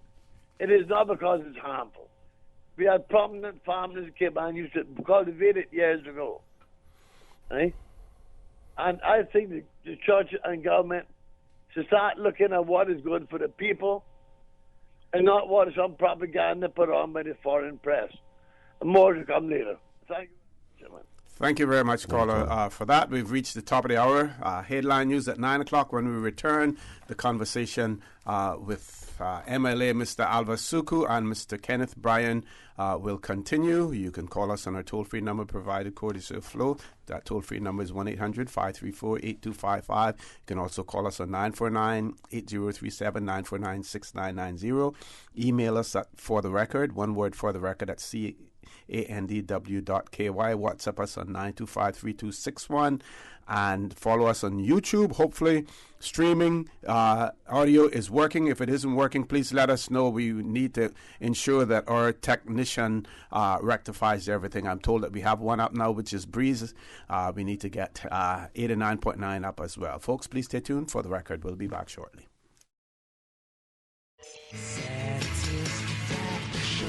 Satisfaction is guaranteed 24 hours a day, whether it's music or information. From Grand Cayman to Cayman Brac to Little Cayman, we've got you covered. You ever hear a thing like that? Radio Cayman in the Cayman Islands. Radio Cayman. Headline. Radio Cayman's newsroom. Headline. These are the biggest stories right now. The Mosquito Research and Control Unit has recently welcomed 3 disease protection officers to its team. 2 of the new recruits were hired following recent promotions within the team, whilst the third will take charge of the MRCU's expanding services in Little Cayman. Turkey has received the first parts of a Russian S-400 missile defense system despite opposition from the U.S. The shipment arrived at an airbase in the capital Ankara today, the Turkish Defense Ministry has said. The move will anger the U.S., which has warned that Turkey cannot have both the S-400 anti-aircraft defense system and U.S. F-35 fighter jets. And the first person recognized by a Spanish court as one of the country's stolen babies who were snatched from their mothers during the Franco dictatorship has found her biological family following a DNA test. But Inez Madrigal also found out she wasn't stolen after all, but adopted. A court had ruled last year that an elderly doctor stole her as a baby. Thanks to DNA database in the U.S., she discovered a cousin who put her in touch with her biological siblings. Those are your latest headlines. I'm Karsley Fuller. Radio Cayman, the voice of the Cayman Islands. What's happening in your community? News and information, music and more. You can find us. www.radiocayman.gov.ky. Like us on Facebook and follow us on Twitter. Radio Cayman is your choice, your voice for today's biggest news. Radio Cayman.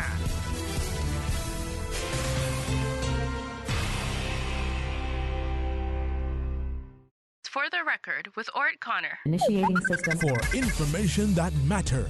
For the record, with Orrett Connor. Continues right now on Radio Cayman. Good morning and welcome back to For the Record. In the studio with me, we have MLA Mr. Alva Suku, who's also Deputy Leader of the Opposition, as well as Mr. Kenneth Bryan, MLA representing the constituency of Georgetown Central in our Legislative Assembly, and he's also celebrating a birthday today as well. Do we have any callers on we have no callers as well, and talking about various issues. Some of the callers who called in, the caller in the few callers in relation to decriminalizing marijuana, the use of it, or legalizing it. And it is extremely important that we make a distinction between the two. Legalizing the use of marijuana and any other drugs is completely different than decriminalizing. And you heard Mr. Suku speak earlier about not ruining young lives and their abilities to progress by having criminal convictions. So as a result of that, we have put in place certain measures in the Cayman Islands, like cautions and things of that nature. Whether or not we need to go beyond that is another question. But the whole issue of legalization of drugs is another matter, and a serious one, and one that will probably invoke more opposition than decriminalization, as well. We have a caller. Let's go to the phone lines. Caller, good morning. Welcome to For the Record. Good morning, Mr. Connor. Good morning, Mr. Sukun. Good morning. Happy birthday, Mr. Bryan. Hope you live to see many more. Good morning. Thank you so much, caller. Yes, sir. It's Reno weather, and I need you to bear with me 1 minute, please. Been a little while I haven't called the station because sometimes we got 2 ears and 1 mouth, so we listen more and talk less. But lately I've been up and down by the airport, and I see so many people getting wet up. I feel so ashamed to know that Cayman has so many good builders, and I know Peter Thompson and Stanley must be very upset the same as I myself, and another one is Gary Ebanks. 4 of us many years ago, anytime we're talking about putting on a roof on a house or a building, it was 4 of us that did it. And we had never had anybody to call us back yet to tell us that we had a leak or anything. And to know that in this day and age that an airport, a brand new airport with so much millions of dollars spent on that is leaking, and when the tourists are going to the airport, which we're protecting our tourist product, that the tourists getting out of the taxis are getting all wet up, and even going to the plane. What a shame on this island. I would like to know who the designers of that building was, because a few days ago I went up there and I'm seeing that the pitch is tilted on the inside of the building, where when it rained, the weight of the water would go inside on the building. What are we going to do about that? Isn't that an embarrassment to the country, a brand new airport? Can you tell me who designed that airport? In this day and age, I haven't been anywhere that I doesn't see that when you get out of a taxi going to the airport to catch a flight, that you get wet up beside the Cayman Islands. Can anybody answer that question for me? Because I would really like to know. Miami International Airport. Parts of it. I've been to Miami. Parts of Miami International Airport. They had problems with leaking. When you get out, there's no. In some areas, there's no covered area when you get out of a vehicle. I went there. Every time that I went there, the taxi drove right in, and I didn't get wet. Wear a big covering, so I really don't know, unless you're going in your own private car and you park on the side of the road and walk across.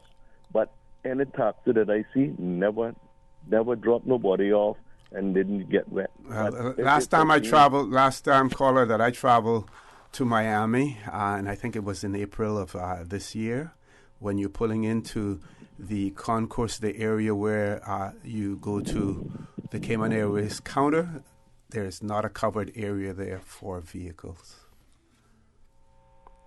And I'm just using that as an example. You know, I have my own personal views on the whole situation. I'll keep them to myself. I'll let my guests, let them make their comments. Well, the only thing I would add to that is that I think many people, his call just reflects many people's concerns and unhappiness with the design and secondly, the lack of jetways. It's something that was discussed before the plans were executed. And the minister and this administration will have to deal with that criticism for some time. It's not going to go away because it's something that could have been implemented. But I want to give them the benefit of the doubt that not all airports have that. There's many Caribbean airports that don't have coverage, and I have been given the privilege to go to many of the regional countries for Parliamentary Association conferences, and there's other airports that don't have the cover. So by all means, this is not like something abnormal. The jetways, I think, is more abnormal than the cover outside. But they themselves will have to deal with that. And I agree, considering the fact that our tourism product is our second pillar and the one that we will always have, because we will always have Cayman as long as the Lord allows us to have this earth. Financial services could go away. So I think that we should be focusing primarily on protecting that brand called tourism. And I would have, if I was a part of a government, I think I would have taken the necessary risk of spending another probably $2 million to implement coverage. But the excuses at that particular time, if I remember correctly, was giving them the experience of the Caribbean.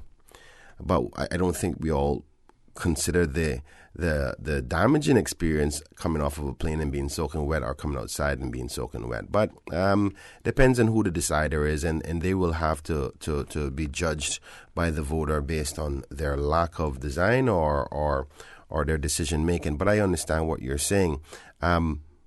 But if I can take this opportunity before we take another caller, the call before this was talking about the churches being handicapped in this country, or being a handicap to the government in this country.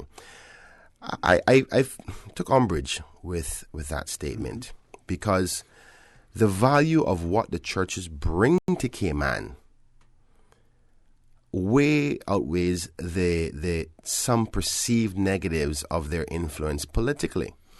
Now, we are a Christian society, and the churches is a main reflection of who we are as a people. But they're no different than the Chamber of Commerce that has their hands in the government as well, or any other special associations and organizations that has influence.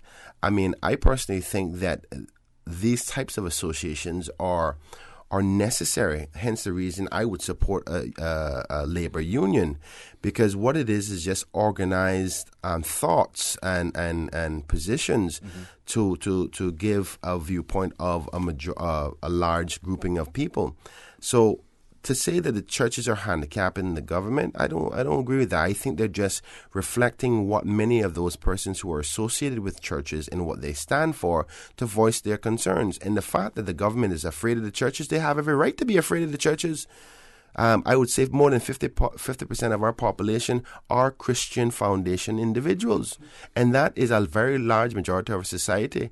And if the churches reflect their views, then the government should listen. That's my point on that. So I'm not here to I don't feel good undermining the churches. I don't always agree with my pastor. I don't always agree with other pastors in their interpretation of the good book.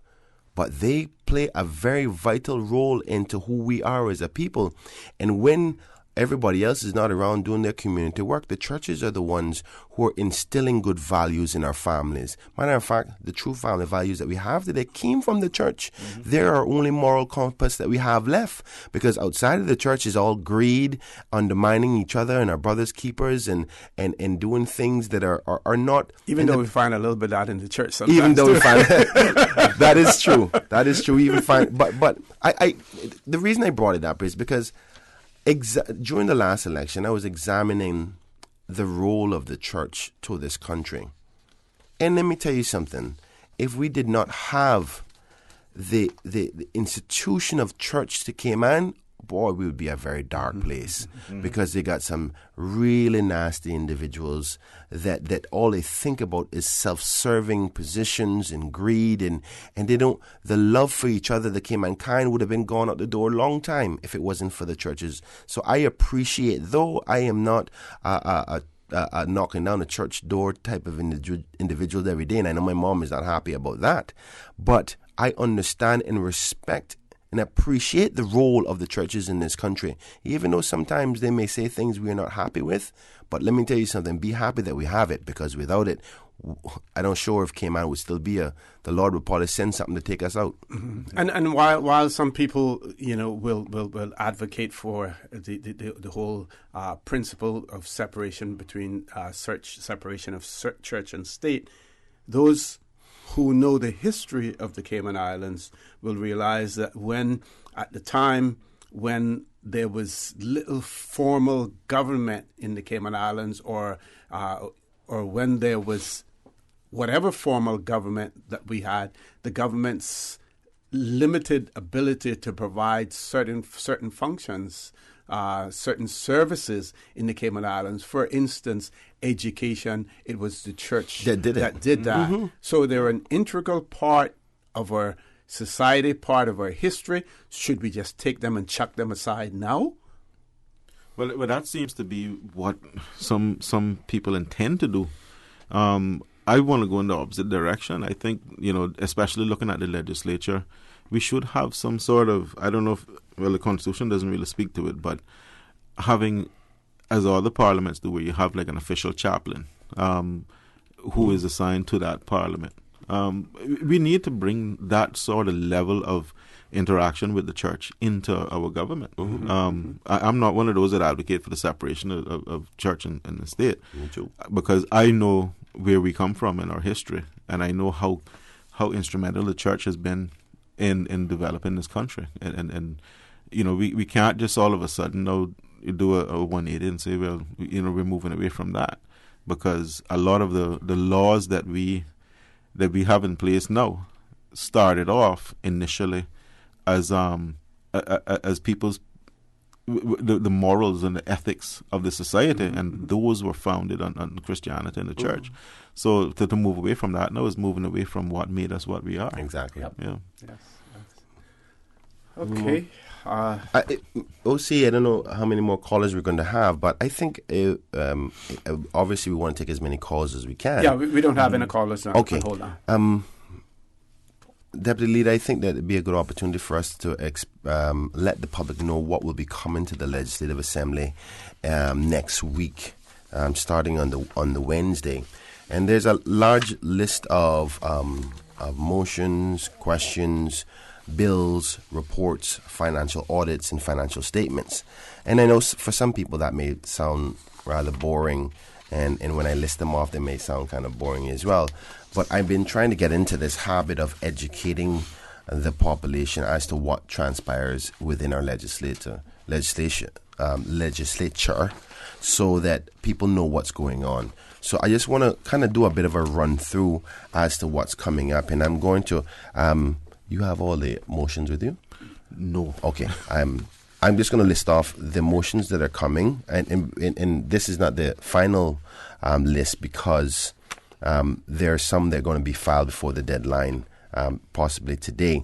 But I want to first list off all the list of bills that we're certain of, because they've had to have the 21-day notification. So we don't expect to have any other bills coming forward. And in this sitting of the sixth sitting of 2018 to 2000 meeting session, there's 16 different bills, and most of them are associated with financial services related matters. And some persons may say, okay, I don't even know what these bills are, but they're definitely connected to our financial services and keeps that sector of our economy booming and protected, particularly with the overseas and international pressures that we have. The first one is the Trade and Business License Amendment Bill, the Auditor Oversights Amendment Bill, the Bank and Trust Companies Amendment Bill, Trust Amendment Bill number 2, Money Services Amendment Bill, Mutual Funds Amendment Bill, Insurance Amendment Bill, Building Societies Amendment Bill, Cooperative Societies Amendment Bill, Monetary Authority Amendment Bill, the Public Management and Finance Bill, Companies Bill, Limited Liability Partnerships Bill, Limited Liability Companies Amendment Bill, Public Service Pension Amendment Bill, Public Lands Amendment Bill. Now, there's some of them on there that are not directly connected to financial services. The Public Service Pension one is one that I suspect is going to be really topical, that people are concerned about. The Public Lands one, as well as the Insurance Bill, that are more locally driven. All of these are locally driven because they're affecting our financial services. But there's about 3 to 4 that are more the average person would be wanting to know more about. But the other ones are simple amendments to make sure that we're compliant with international, regional expectations and the like. So those are the list of the bills that are coming, just in case anybody who's listening want to trigger and say, well, okay, boy, I want to listen to this debate or that debate coming up in the sitting of the House, which is on the 23rd, which is next week, Wednesday. 24th. The 24th, you're right. Yeah. Sorry. Okay. Well, we have to take a commercial break. But when we come back, I want you to explain also to our listening and viewing audience that the sitting of the Legislative Assembly will not in any way conflict with your travels yes. To Trinidad as well. Because at first when I heard Wednesday and I was associating it with the period of time that you would be off the island, I was saying, wait a minute, now the opposition is going to have 3 members out of the House during that period of time. The Speaker is going to, so. Plan that way, Folks, please stay tuned for the record. We'll be back shortly.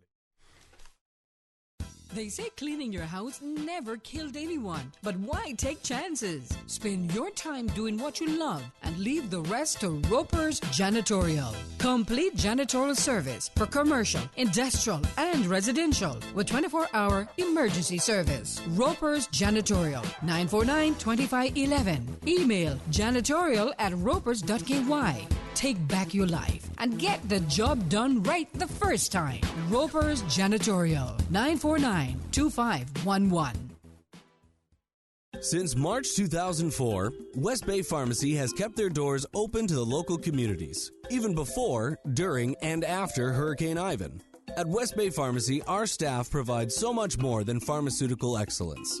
From the moment you walk through our doors to completing your cash out, our staff will have put your healthcare concerns at ease. We would like to take this moment to thank our loyal friends and customers. To us at West Bay Pharmacy, our patients are our primary concern. We provide thorough background checks and precise calculations to ensure your medical safety.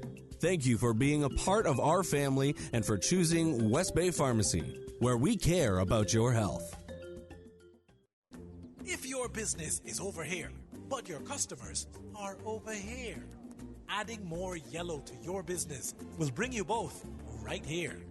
With everyone searching yellows, print, online, and mobile app, getting your business noticed is easier than ever. Book your consultation today at findyellow.com. Remember to discard all fresh fruits and vegetables, meats, all foods in canisters, dented, leaking or rusting cans after they have come in contact with floodwater. Also discard foods that are stored in cardboard boxes, paper foil, cellophane, and cloth, as well as those in open containers and packages. For more post-hurricane food safety tips, visit DEH website at deh.gov.ky. I've got some beautiful clothes. I know just where they go, pure and cleaner. Now reintroducing eco-friendly green Garmento fabric bags, which can be used as your clothes cover, traveling bag, etc. Also, get your fabric shirt boxes that can hold up to 10 folded shirts. And for those other shirts, put them on hangers with an eco-friendly poly cover. All bags are biodegradable. Puritan Cleaners, 3 convenient locations to serve you. Countryside, Savannah, 946-1884. Elgin Avenue, beside Off the Peg, 949-2452. 337 Eastern Avenue. Drive-through, rain or shine, 949-7104. Free pickup and delivery. Puritan Cleaners, you feel good when you look good.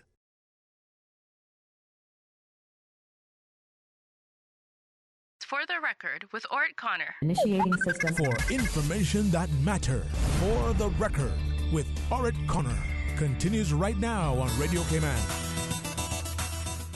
Good morning and welcome back to For the Record. In the studio with me, MLA, Mr. Kenneth Bryan and Mr. Alva Suku, Deputy Leader of the Opposition.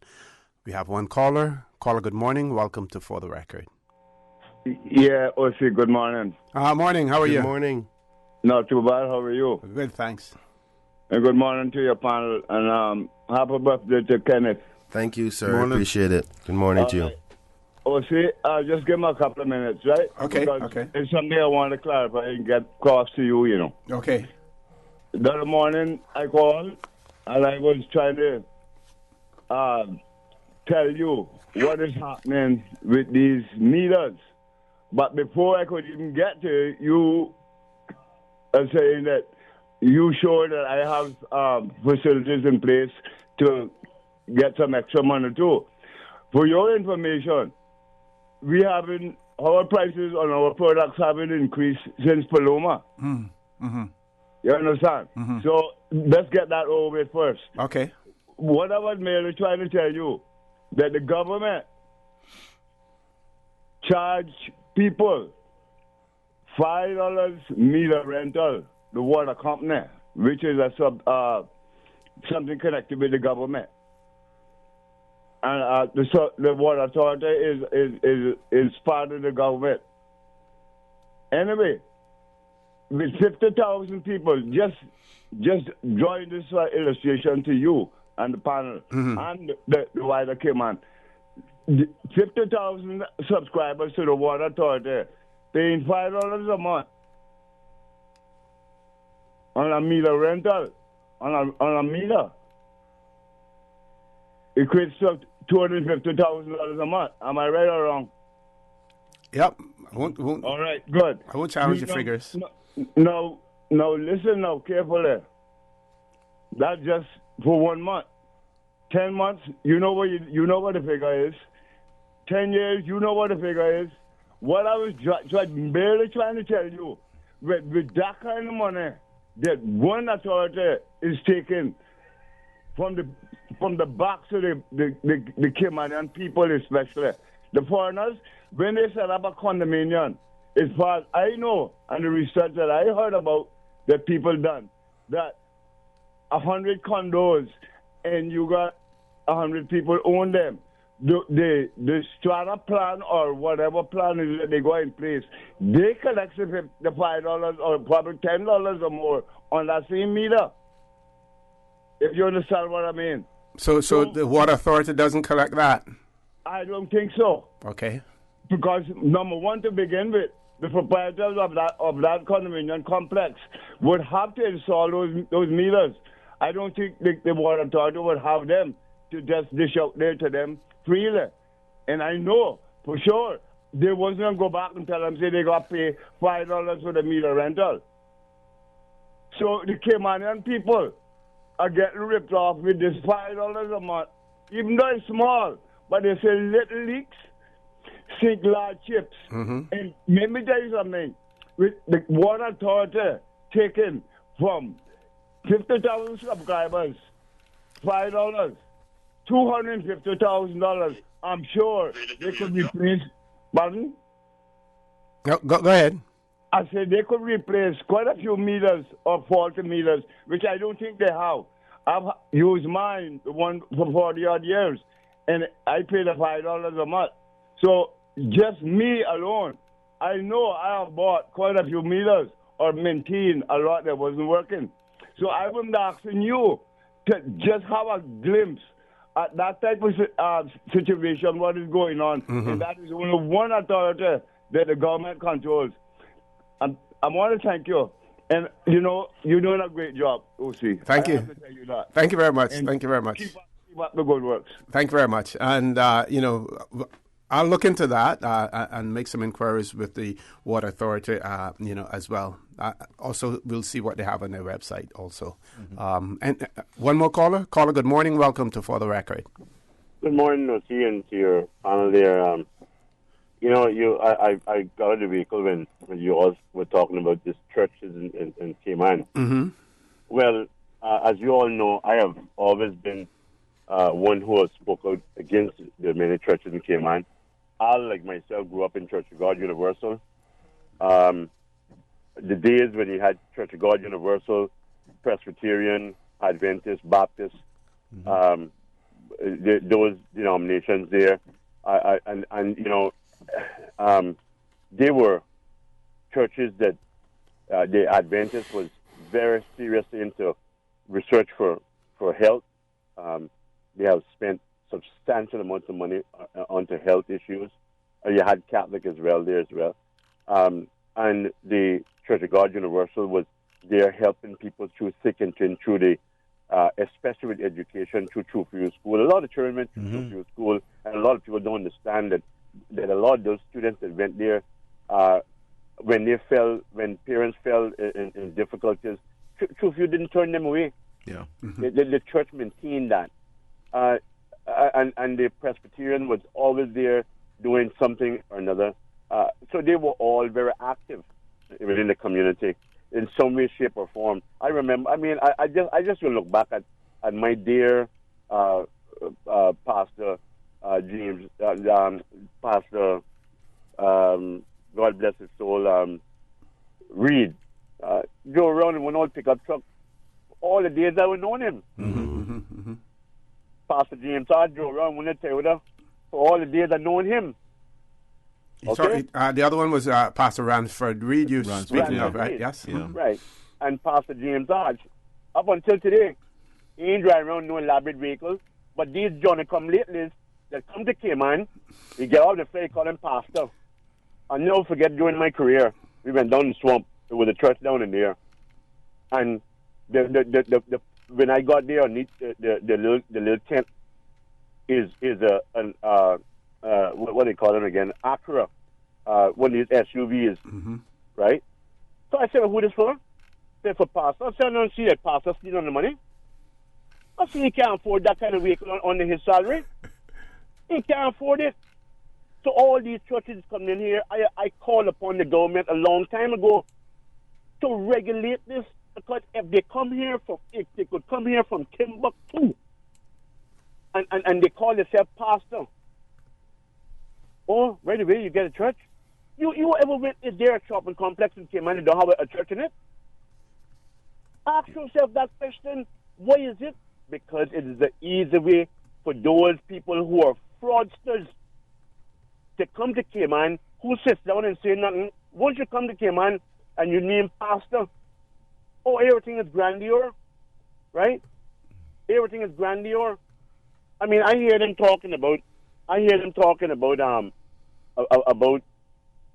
oh, well, you know, it's pastor this and pastor that. Show me where he went to become ordained. You can't show me that. You can't show me where he went to be ordained because you're not ordained. You pick up the Bible and you read 2 verses of it and you recite it and you think you're ordained.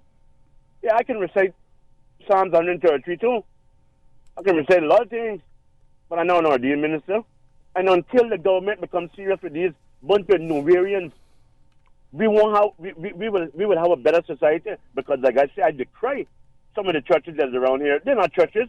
What they are is institutions to fraudulently take money from the people of the country. When pastor can get them say, I don't want to sit in the pan today because we got rent to pay next week. Huh? Fire that. My contribution is one, gentlemen. Thank you. Thank you very much. Thank you, caller. For that, we're going to take a commercial break. When I return, I have a WhatsApp message from one of our listeners also in relation to this topic, and I will share that with you as well. Please stay tuned. For the record, we'll be back shortly.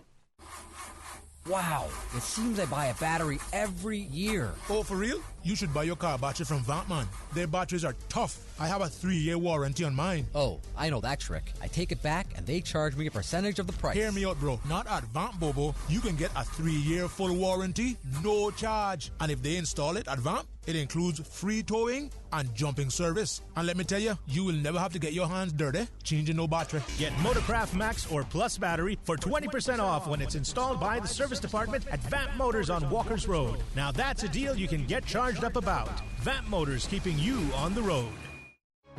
Sometimes having a middleman is not a bad thing, especially when it comes to insurance. Do you know that when it comes to cost, ease, speed, and peace of mind, insurance brokers ranked higher than when customers buy direct? So, for all your insurance needs, call Fidelity Insurance. We're the middleman you want. Call us today at 949-7822. Fidelity. We're good for you. At Seaboard Marine, customers often ask us questions about their shipments. I have various items coming from different suppliers that I need to ship to Cayman. Do you offer consolidation? Yes. Seaboard Marine offers consolidation for full and less than container loads. We can hold your packages at our Miami warehouse until everything arrives and ship it all in one go. And we have the best rates to Grand Cayman. Visit seaboardmarine.com for more information. Shipping shore to shore, Seaboard.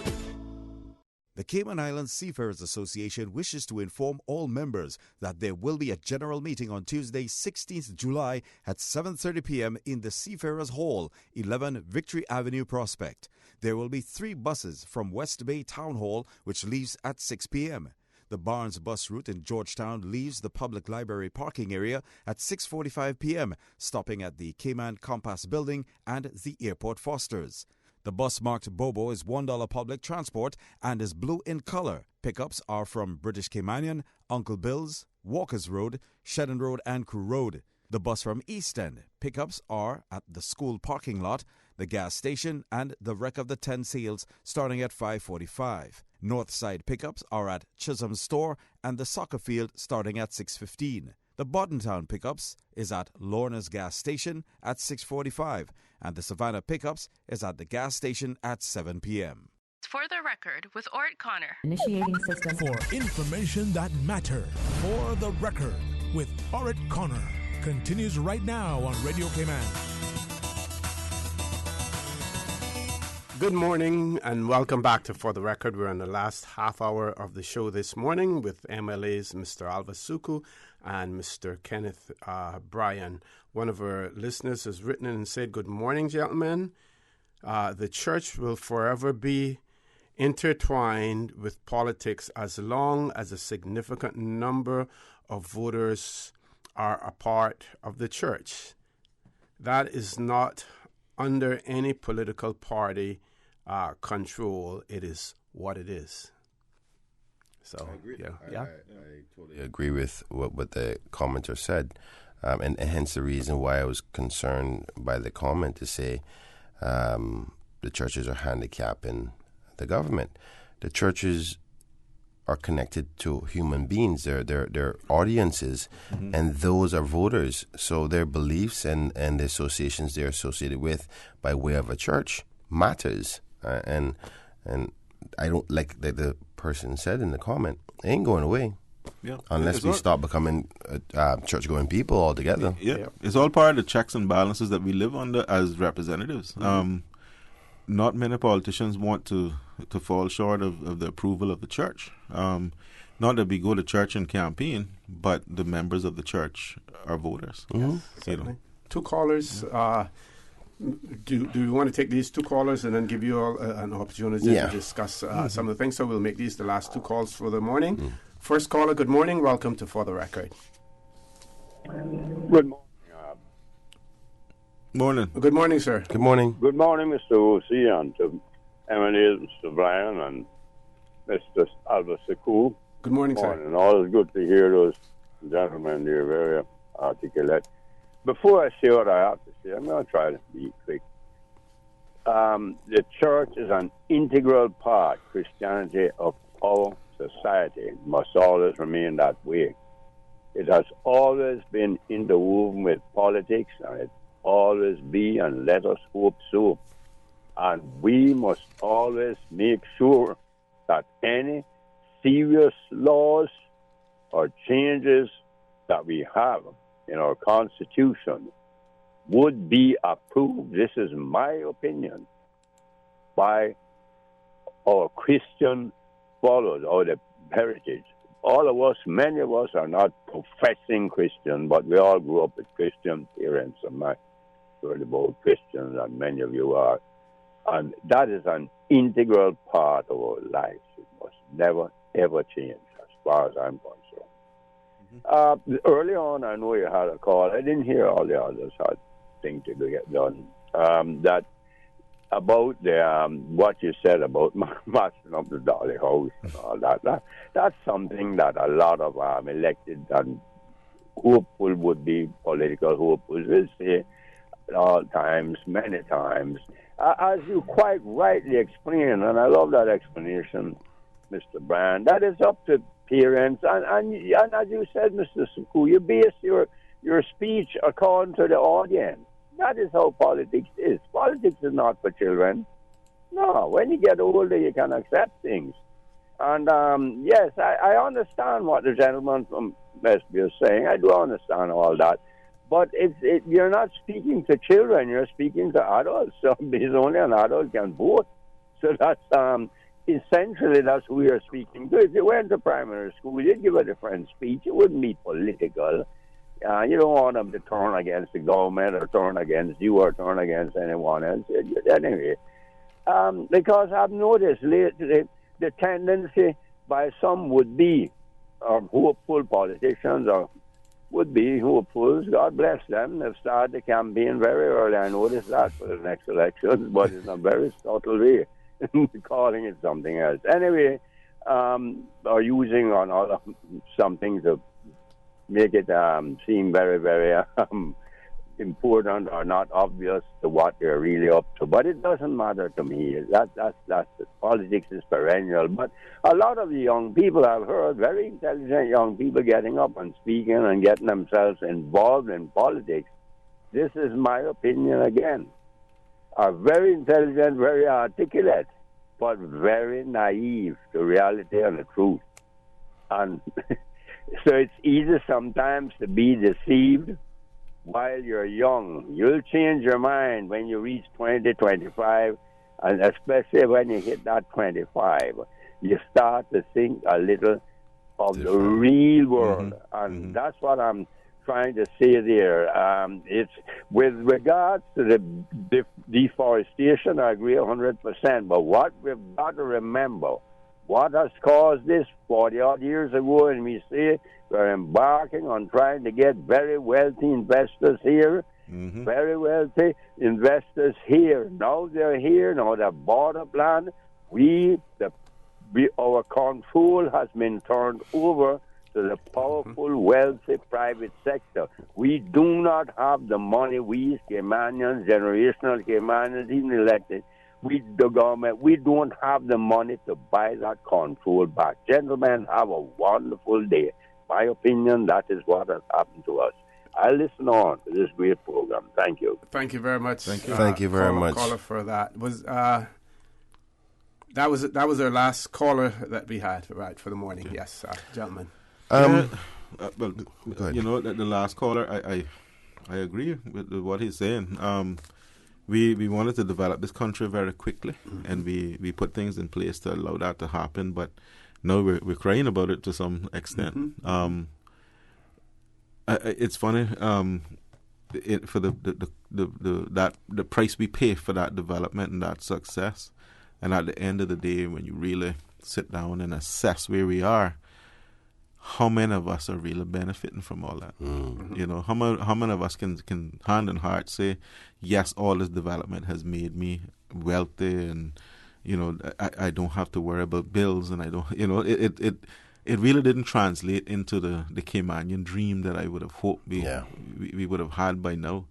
I remember, you know, he was talking about young people getting involved in politics, and when you hit that certain age, and I remember when I made my decision to go into politics, and it was actually graduating from university and sitting on the plane flying back here. And you know, at those times in your life, because you know, I just got my degree, now what do I do? And I thought about, well, yeah, I'm going to have to go in the private sector, work and make some money. But ultimately, I decided on that plane ride home that I would eventually go into politics. At that time, I had no idea what that meant. But I knew that what I saw happening in my country, I didn't like some of the things I saw happening, and I thought that I could play a role, and that's what really propelled me to where I am today. Is you know, I gave up a career in the private sector.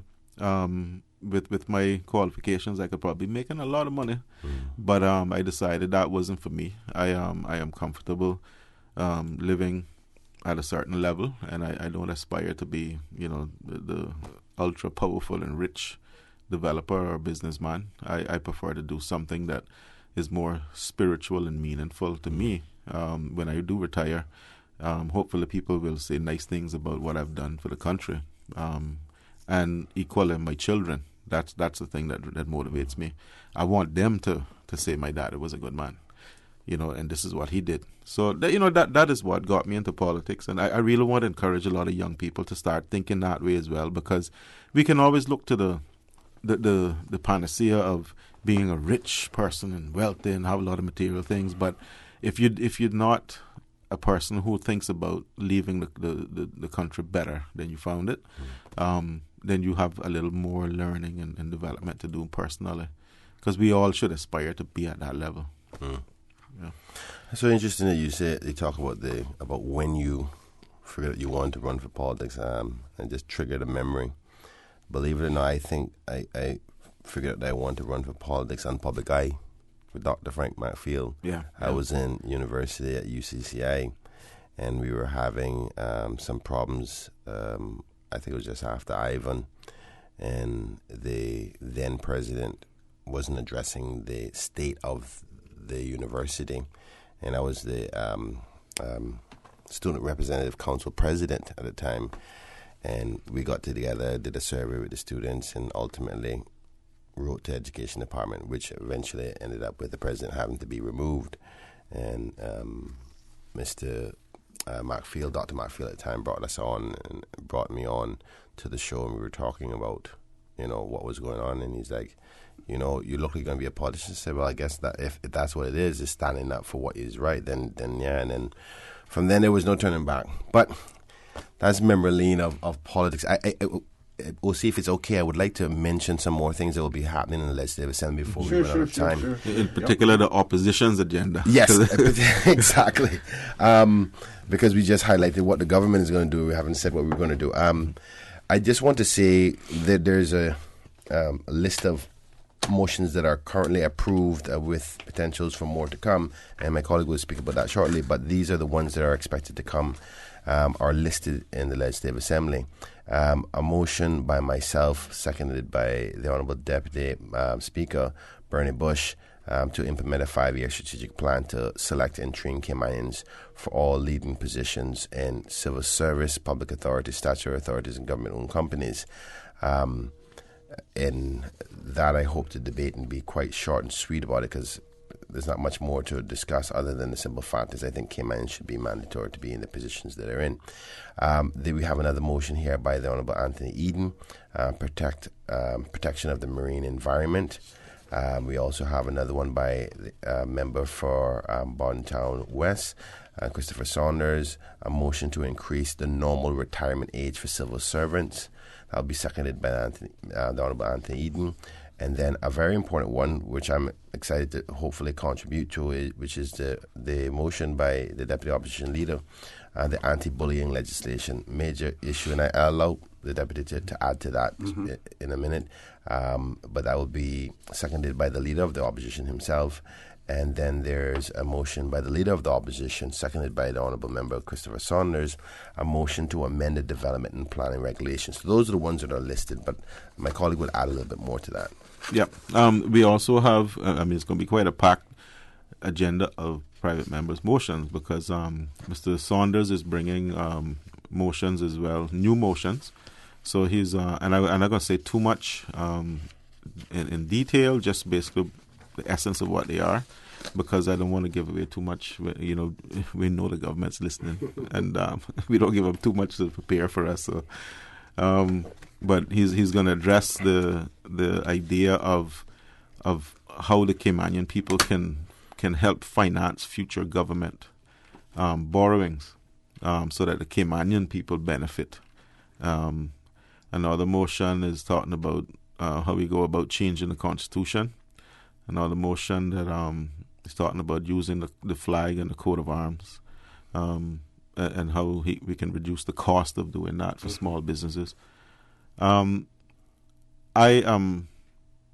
Mr. Bryan has agreed to assist Mr. Saunders in bringing a motion calling for some changes on maternity and paternity leave. I have actually just now drafted a motion that I'll be filing today, where I'm going to suggest to the government that we make changes to tackle what has become, I think, a real concern for this country, the cheap labor market, the cheap labor concerns that we have, and how we can go about tackling that and getting rid of what I think is a problem that is going to continue to affect us, affect many Caymanian families. Mr. Bryan has agreed to second that one for me. I really do appreciate that. So we're going to have quite a packed agenda of private members' motions, but what we will have to do is be very efficient in how we deliver our arguments and get those motions across. But okay. We're going to take our last commercial break for the morning, folks. Please stay tuned. For the record, we'll be back shortly. At Seaboard Marine, customers often ask us questions about their shipments. Hi, I'm thinking of buying a car from the States. Which port do you ship out of? Hi, we ship out of Miami, Houston, and Brooklyn. Just let us know your port of choice and we can provide you with a quotation and answer any questions you may have on insuring and protecting your vehicle during its journey. Shipping shore to shore, Seaboard. Wow, it seems I buy a battery every year. Oh, for real? You should buy your car battery from Vantman. Their batteries are tough. I have a 3-year warranty on mine. Oh, I know that trick. I take it back and they charge me a percentage of the price. Hear me out, bro. Not at Vamp Bobo. You can get a 3-year full warranty, no charge. And if they install it at Vamp, it includes free towing and jumping service. And let me tell you, you will never have to get your hands dirty changing no battery. Get Motorcraft Max or Plus battery for 20% off when it's installed by the service department at Vamp Motors on Walker's Road. Now that's a deal you can get charged charged up about. Vamp Motors, keeping you on the road. Reminder to all 6M members, backpack distribution is on today. Members take your ID and collect your 2 backpacks filled with school supplies from the 6R office located upstairs, the new #1 shoe shop on Hospital Road from 1 until 7 p.m. Cayman Brac members, please go to the medical wing of the Aston Ready Center this Saturday, July 13th from 10 a.m. until 3 p.m. to collect your backpacks. All members, please remember, if you're asking another person to collect your bags, please send a signed note with a copy of your identification. With the latest headlines, all the news when you want it. Tune in to Radio Cayman for hourly headlines of the day's top stories. One of Cayman's bright and shining young stars. Local, regional, international. Turning to international news. Updates on the hour between 7 a.m. and 6 p.m. on weekdays. Radio Cayman News. Headlines. Your voice, your choice for today's biggest news. For the record with Orrett Connor. Initiating system. For information that matter. For the record with Orrett Connor. Continues right now on Radio Cayman. Good morning and welcome back to For the Record. We're on the last leg of the show this morning with MLAs Mr. Kenneth Bryan and Mr. Alva Suku. Gentlemen, the mic is yours. I'll leave the deputy leader to close up the closing remarks, so I'll go first if that's okay. Yeah. I just want to say that obviously we're trying our best to be as prepared as possible and educate the people on what we're focusing on and what our priorities are in respect to the legislative proceedings and keeping relevant to discussions and current events and be as public as we can be and make ourselves available for questions, interaction, and even criticisms. And though sometimes people... it is not easy because we get the brunt of it because we actually come out and talk to the people as opposed to the government who doesn't come out and doesn't speak to the people on the various different platforms that are available to them. I just want the public to know that, at least for me, as most of you may remember, that I just recently joined back the opposition. And I must say I'm happy with how things are going. I wish that we had a whole slate of a team right now we can announce tomorrow. We're not quite there yet, but I can promise you this. We're on our way. We're working slowly, diligently, productively. And I want to give the public a level of hope and ease that you can expect a group of individuals to come with a good vision, a good plan to make your lives better, not to come for politics, right? Because right now we're all trying to convince large groups and majorities of our way, our vision, or our plan is a better one for your life to have a better success. But based on the current environment, we can see that a lot of the things that this group has convinced you to say that they're the better ones, you can make your own judgment calls as to whether things are better. I just want to give you that comfort level that if you are worried or if you're not happy with what you see, there is a group of experienced, young, energetic, focused, humble, mindful, caring individuals that are working really hard to make life a little bit better and brighter for you. There is the good news is that we have a good economy. It's just it needs to be some tweaks done so that we are the beneficiaries of it. Mm-hmm. I think it'd be unfair for us to say, Cayman Islands is the worst place in the world and things are so terrible. It's not about that. It's about that there's loads of cooking going on in the kitchen, but it doesn't seem like the right people are getting their fair share of food. Some other countries don't even have food in the kitchen. So we believe that we have a vision and a plan of getting those plates dished out to the right people and make Caymanians feel better and appreciate that they have opportunity here, and that will even create more of a merger of our society rather than this divide, because a lot of Caymanians feel the division and separation because it's like somebody's coming into your house and cooking in your house, but you can't get anything to eat, and that creates a level of discomfort. So, or you got to eat after they eat. Or you got to eat after they eat, or wait till whatever they have left over. Mm-hmm. And we want to change that narrative. And this is not us against anybody else, but finding strategic ways to embrace and build this dream together to make Cayman level and balance for all to be successful. Even those who come here and visit and spend a time with us or want to become a part of us. So, OC, thanks again so much for the opportunity to speak. And as a member of the opposition, I can promise you that we will continue to work very, very hard and come up with strategies in a mature way to get your support and potentially lead the next government and the next plan, the next direction for more prosperity for the people of the Cayman Islands. Okay, very quickly, I want to read one message that we received from one of our listeners, and it says, "Good morning, Mr. Connor, studio staff, special guests, and a happy birthday to Mr. Brian. I'm grateful for this and other shows that allow us to voice our opinions, but it is very disappointing that there continues to be so many callers on the various local radio shows speaking about ganja. Yes, the use of the oil is great for medicinal purposes, but we as a country are facing greater issues. We need to be speaking of the issues of such as losing our heritage. By this I mean ruining the historic 7 Mile Beach, which has already been done, the construction of huge unsightly bridges that the lightning causes headaches, at least for me. God forbid someone with epilepsy going through there.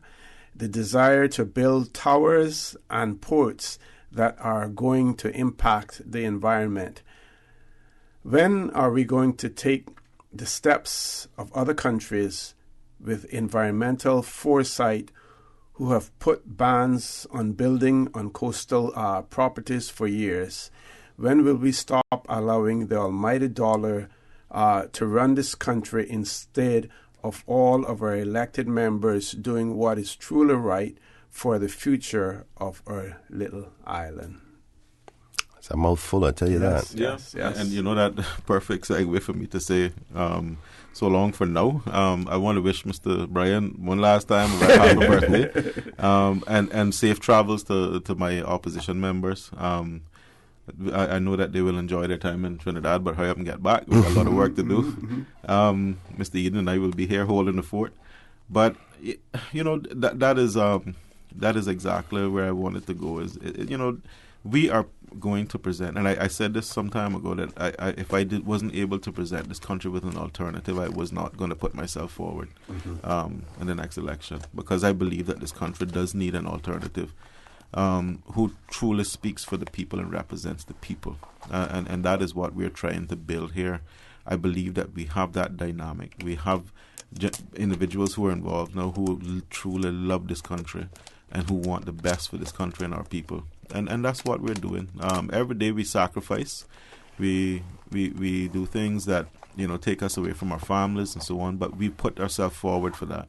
So we're not complaining. We're willing to do the job. I want to encourage everybody to think about what we said about the environment and the discussions on the environment. My uncle Isaac Edie just sent me some pictures of the harvest from his garden, and I'm jealous now. I think I'm going to have to go by pay him a visit, because what I'm seeing here is soursop, sweet sop, mangoes, neeseberries, cherries, and it's mouth-watering just to look at it. Yes, but if one individual can produce that, think about what we could all do collectively. So, I would encourage people to really think about the backyard farming and think about what you can grow. The impact on the environment of planting a tree is significant, and it offsets what happens with deforestation and so on. So, as we tear down, let's keep planting. Okay. At least offset it that way. Right. Gentlemen, I want to thank you all very much for such an interesting show this morning. Lots of calls, a lot of interest displayed in terms of the topics that we discussed as well. I want to wish you safe travels, Mr. Brian, as well. Folks, I want to thank you for allowing Radio Cayman, and by extension For the Record, into your homes, into your vehicles as you traverse the busy roads of the Cayman Islands, into your places of work, whether it be an office cubicle or if you're working in the outdoors. I also want to remind you that we are our brothers and our sisters keepers. There is always someone out there who's less fortunate than we are, and I ask you to extend a helping hand to them. If you can't do that, then I suggest you donate to a worthy charity, because we always want to consider those who need, not necessarily those who want or even those who crave. I say to you, have a great day. Continue to support your radio station, Radio Cayman. Join Sterling Dwayne Banks at 12:15 for Talk today. And as usual, we ask the good Lord to bless these three beautiful, wonderful Cayman Islands. For the Record is brought to you by Vamped Motors, the only authorized Ford and Toyota dealership serving the Cayman Islands. Cayman Pharmacy Group, with a location in West Bay and professional pharmacy at CTMH Doctors Hospital. The Cayman Pharmacy Group has a location for you just around the corner. Seaboard Marine, with over 35 shipping ports, find your shipping solution by calling 949-4977 or visit seaboardmarine.com for competitive rates. Rotary Central, for more than 110 years, Rotary members have used their passion, energy, and intelligence to take action on sustainable projects. Fidelity Bank, for all your banking needs, visit fidelitygroup.com. Fidelity, we're good for you. And Roper's Janitorial, complete janitorial service for commercial, industrial, and residential. They get the job done right every time.